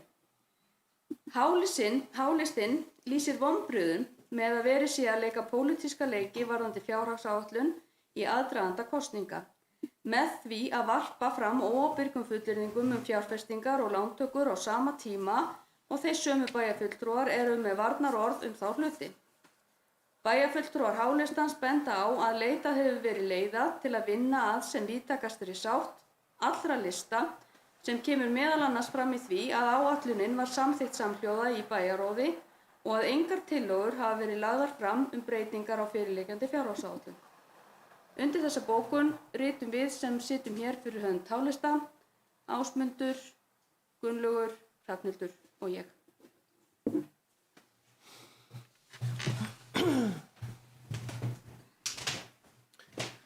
Takk fyrir þetta, Steinunn. Lárus Osmar, bæjarfulltrúi Ellistad, biður orðið. Gjörðu svo vel, Lárus.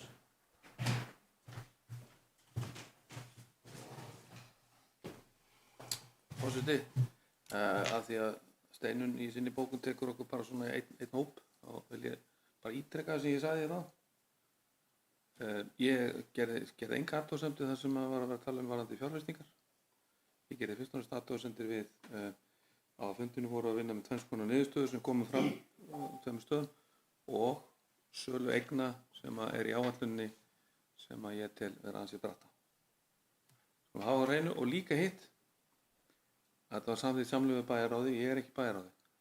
Ég gerði athugasemd við þetta hérna á þeim fundi að ég teldi þetta mjög bratt.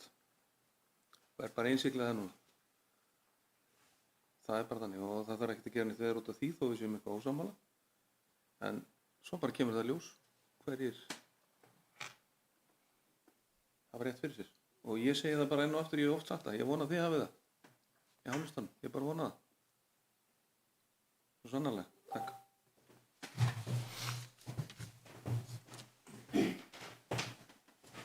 Takk fyrir þetta, Lárus Osmar. Haukur Garðarsson, bæjarfulltrúi Ólistad, biður orðið. Gjörðu svo vel, Haukur.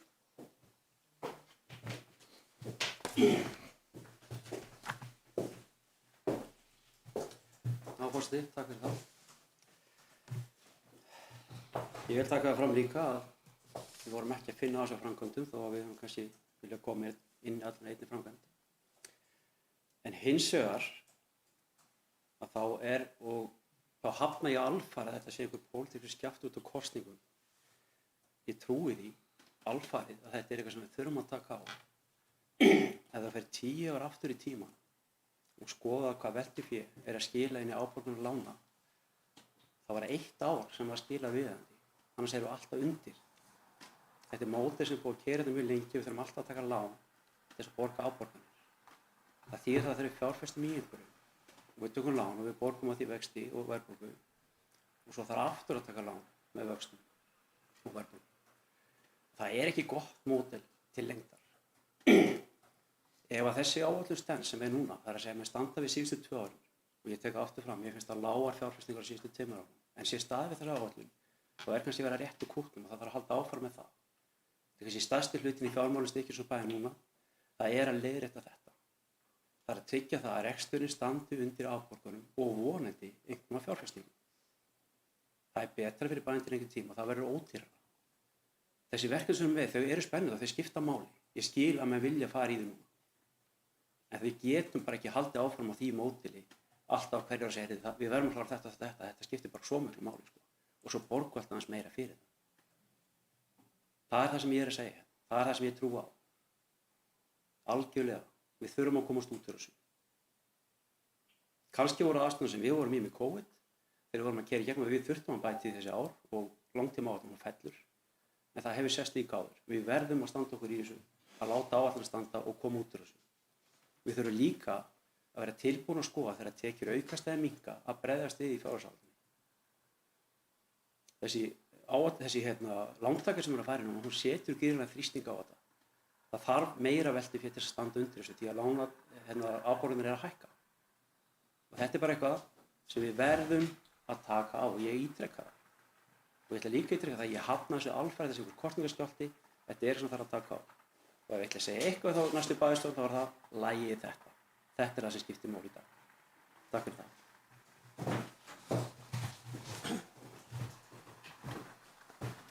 Takk fyrir þetta, Haukur. Jakob Björgvin bæjarstjóri hefur beðið orðið. Gjörðu svo vel, Jakob. Forseti.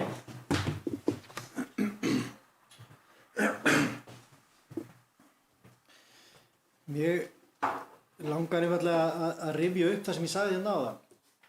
Og svo það liggi bara ljóst fyrir öllum bæjarfulltrúum. Og ég held að það liggi alveg ljóst fyrir öllum bæjarfulltrúum. Svo það sem sé nú sagt. Árið 2018 fjárhagsáætlun, 2019 fjárhagsáætlun vorum við á þessari vegferð sem Haukur Garðarsson bæjarfulltrúi var að lýsa. Við getum bara ekki litið fram hjá því að við erum að takast á við kúfveldfaraldur og tekjufall ofan í launahækkanir. Það er raunveruleiki sem blasti við þessari bæjarstjórn og síðan voru samþykktu við varnir og aðgerð til eflingar atvinnulífsins og verja fólk og fyrirtæki hérna í bænum sem kostaði líka. Það er raunveruleiki sem blasti við. Þetta er stefnan sem við hefur verið að taka. Það bara var ekki hægt það er ekki raunhæft árum 2020 og 2021 nema þá að setja þessa stefnu fram í tíman eins og var gert. Það var tekið sameiginlega ákvörðun á öllu bæjarstjórn að fara í þessar fjárfestingar og efla hér og í sérstaklega með hliðsjón af mannaflsfreku framkvæmdum manna og síðan er verið að stefna fram á við. En ég svolítið erfitt með að skilja sko samt sem áður því að þetta er markmiðið og ég er sammála og það endurspeglar líka í þessari áætlun og við erum svolítið að fara út úr COVID en það er eiginlega ekki hægt að bera þetta saman við venjulega rekstur eru að taka stáfið COVID-faraldur eins og hún lýsa og ég kannski líka minni bara á þegar menn eru með varnaðarorð og þá minni ég bara á söguna og hvernig skuldarhlutfall hefur þróast gegnum tíðina og hvernig skuldarhlutfallið er núna bara samanborið við síðustu 15 ár og hvernig skuldarhlutfallið er að þróast. Ég menn þessar lykiltölur er ekkert að þróast hérna á einhvern hættulegan veg, þetta er ekki hættuleg vegferð sem er á en auðvitað byggir líka á einhverjum forsendu þetta þarf að ganga upp. En ég er þess að algjörlega sammála því og við hefum alltaf verið með það hérna og ég hef aldrei fundið fyrir öðru en það er að horfa til þess að auka velti fyrir rekstri til að standa auðvitað afborgunum á langtímalánum og til þess að eiga til viðbóti til fjárfestinga. Það er alltaf markmiðið og það er búið að vera stefnan. Og það er stefnan áfram tíma. Við getum samt ekki skauta fram hjá því að við erum með COVID árum og við erum að takast á við það og það bara vill svo til að við erum í hjúkrunarheimili er þetta inn á næsta ári 110 milljónir. Við komumst ekki fram hjá því. Við segjum ekki bara nei, við ætlum ekki að taka þátt í hjúkrunarheimilinu næsta ári. Við eigum engar íbúðir eða lóðir eiginlega lausar hérna til úthlutunar það þarf að opna nýtt hverfi, sama hvort að það sé einhver, sko, liggi ekki fyrir þarfagreining á að Vatnsásnum eða Víkurhverfinu. Það er nú bara búið að vera umræðum það með bæjarfulltrúa að það sé ekki, sko, raunhæft. Ég held að það sé svona pólitísk sátt það og ég held að væri búið að myndast svo pólitísk sátt að ekki fara í Vatnsás í núverandi mynd. Þá þurfa deiliskipulag það og farið það breytingar og það tekur tíma. Eftir situr Stykkishólmsbær með engar lóðir til lausar úthlutun. Nema þá þessar lóðir sem að koma tvær íbúðalóðir sem koma með nýju skipulagi sem var verið að samþykkja á þessu fundi. Þannig að því að Haukur Garðarsson bæjarfulltrúi myndist á endurskoðanda Stykkishólmsbæjar og hans varnaðarorð í gegnum tíðina, þá er hann líka nefnt það sem er bara mjög skynsamleg ráðstöfun að þegar þú ert að forgangsraða fjárfestingum, þá forgangsraða fjárfestingum í tekjuaflandi með þá í fjárfestingu sem að skila tekni í framtíðinni. Fjárfesting í gatnagerð í nýju hverfi er þannig fjárfesting. Það aflaði tekna í formi gatnagerðargjalda, það aflaði tekna í formi fasteignaskatts.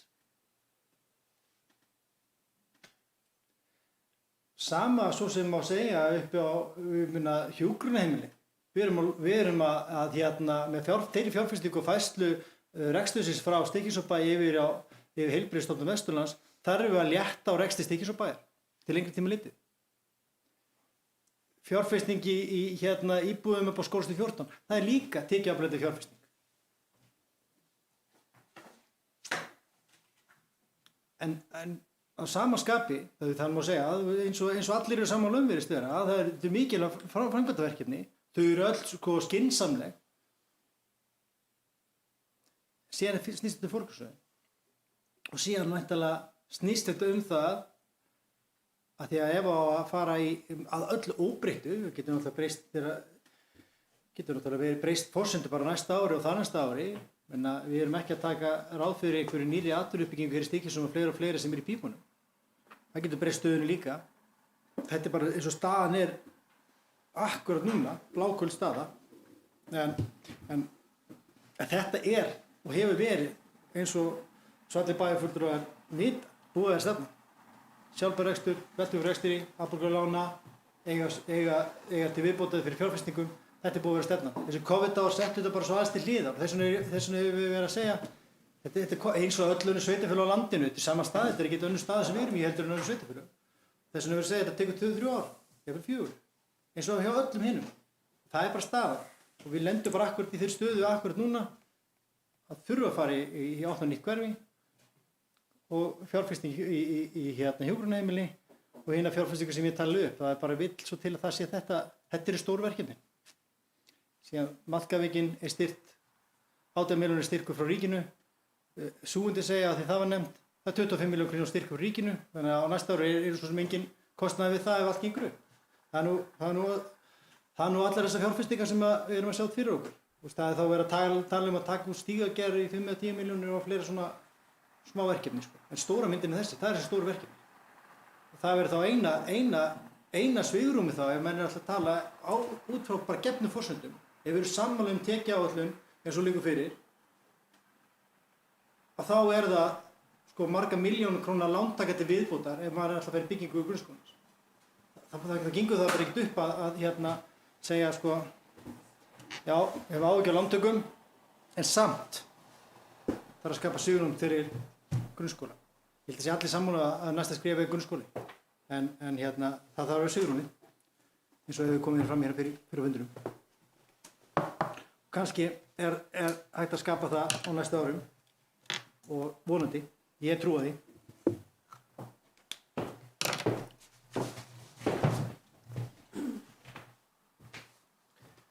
Takk fyrir þetta, Jakob Björgvin. Orðið er laust.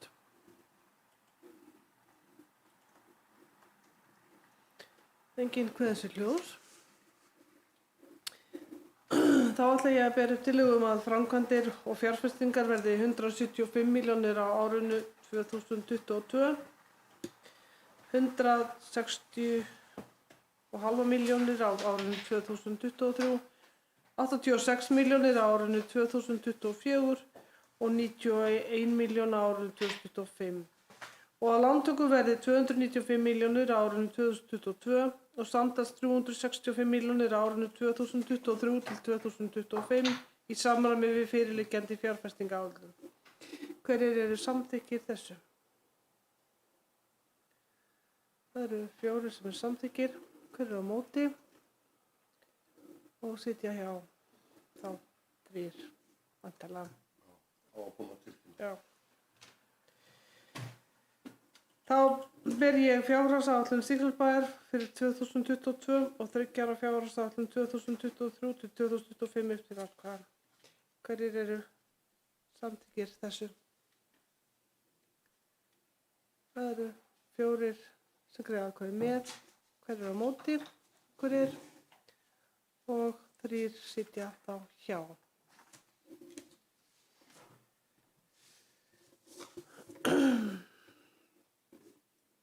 Þá komum við að liða 27 sem eru minnispunktar bæjarstjóra. Þeir hafa verið lagðir fram og bæjarstjóri gerir grein fyrir minnispunktum.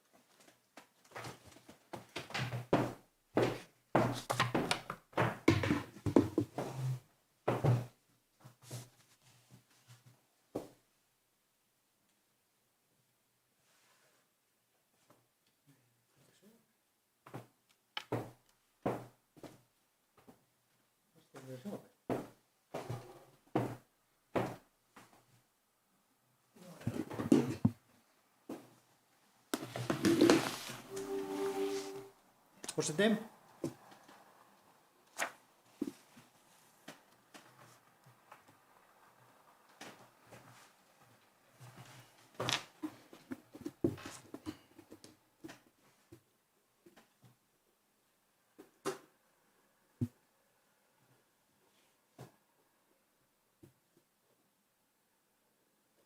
Ég ætla að gera stuttlega grein fyrir minnispunktum frá síðasta bæjarstjórnarfundi en sökum þess hvers stutt er á milli funda þá eru þeir stuttir. Jólaljósin voru tendruð í Hómgarði við lágstemmda athöfn og skemmtilega þann 1. desember síðastliðinn. Venju samkvæmt voru börn í 1. bekk sem sáu með tendraði ljósin en auk þess voru börn í 2. til 4. bekk viðstödd athöfnina. Börnunum til mikilla gleði mættu þar jólasveinar og gáfu mandarinn og dönsuðu og sungu hátt. Starfsmenn þjónustumiðstöðvar skreyta nú bæinn óða önn og bryddu upp á nýjungum. Víðum bæjum að sjá frumlega skreytingar í bland við það gamla og góða. Tréð í Hómgarði hefur vakið mikla lukku og tréð var valið af íbúum Stykkishólms líkt og í fyrra og er glæsilegt sitkagrini sem hafa gróðursett í Sauraskógi 1970. Stykkishólmsbær stofnaði til hugarflugsstundar með Matís KBNG og fulltrúum atvinnulífs á svæðinu þann 27. nóvember. Fulltrúar atvinnulífsins fjölmenntu og sköpust líflegar umræður tækifærin til aukinnar verðmætasköpunar og eflingu atvinnulífs er varðar sjálfbæra matvælaframleiðslu á svæðinu og er þetta í tengslu við eflingu vinnu starfshópa með eflingu atvinnulífs í Stykkishólmi þessu fundur og sjálfur sér liggur fyrir jafnframt það staðfesting bæjarstjórnar á samstarfssamningi sem var staðfestur á þessum fundi hér, fyrir á þessum fundi. Tekin var svo var á ráðstöfun í gær að fresta jólalest tónlistarskóla Stykkishólms sem stóð til að aka bæinn sökum þess að komið upp COVID-smitt í grunnskólanum. Það var gert til að gæta fyllsta varúðar. Hið nýgreinda smitt á rætur og rekja til smitts á höfuðborgarsvæðinu. Það er að segja, þetta er ekki smitt hér á svæðinu sem gefur það til þess að það séu meiri útbreitt smitt hér í samfélaginu. Það er semst ekki þannig. En barnið hafði ekki verið í skóla þessa viku. Einstaklingar tengdir barninu hafa jafnframt haldið sig heima fyrir og þeir sem hafa farið í COVID-test síðan þá hafa greinst neikvæðir, sem er jákvætt og viðbrögð voru til fyrirmyndar bæði og það var bara vert að hrósa þeim viðbrögðum á þessum vettvangi hér hjá skólastjórum og forstöðumanni dvalarheimilis og fleirum sem og jafnframt foreldrum og aðstandendum barnsins. Nú minnispunktar mínar eru ekki lengri að sinni. Ég hef notað tækifærið og óska ykkur gleðilegra jóla, farsældar og komandi ári og þakka fyrir samstarfið á þessu ári og hlakka til samstarfið á því næsta. En við myndum, en í ljósi samþykktar hér fyrir á fundinum formlega sameiningarviðræður við Helgafellssveit, þá reyndar hittust við örugglega fljótlega aftur á vegum samstarfsnefndar sem skipuð hefur verið fyrir það verkefni.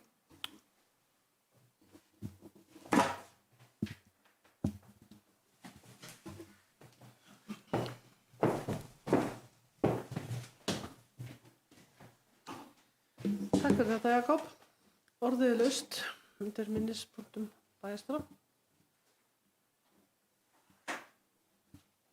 Lingin kom upp og rósa þessu fallega jólatræ. En það er sem sagt komið á lokum þessa fundar. Þakka fyrir góða fund og við erum búin að samþykkja margt áhugavert í það. Og við hlökkum örugglega öll til að fara í þessi verkefni sem er framöndan. Og að lokum við áður í slít fundi þá þakka ég fyrir samstarfi í vetur, óska ykkur gleðilegra jóla og slít fundi klukkan 20:26.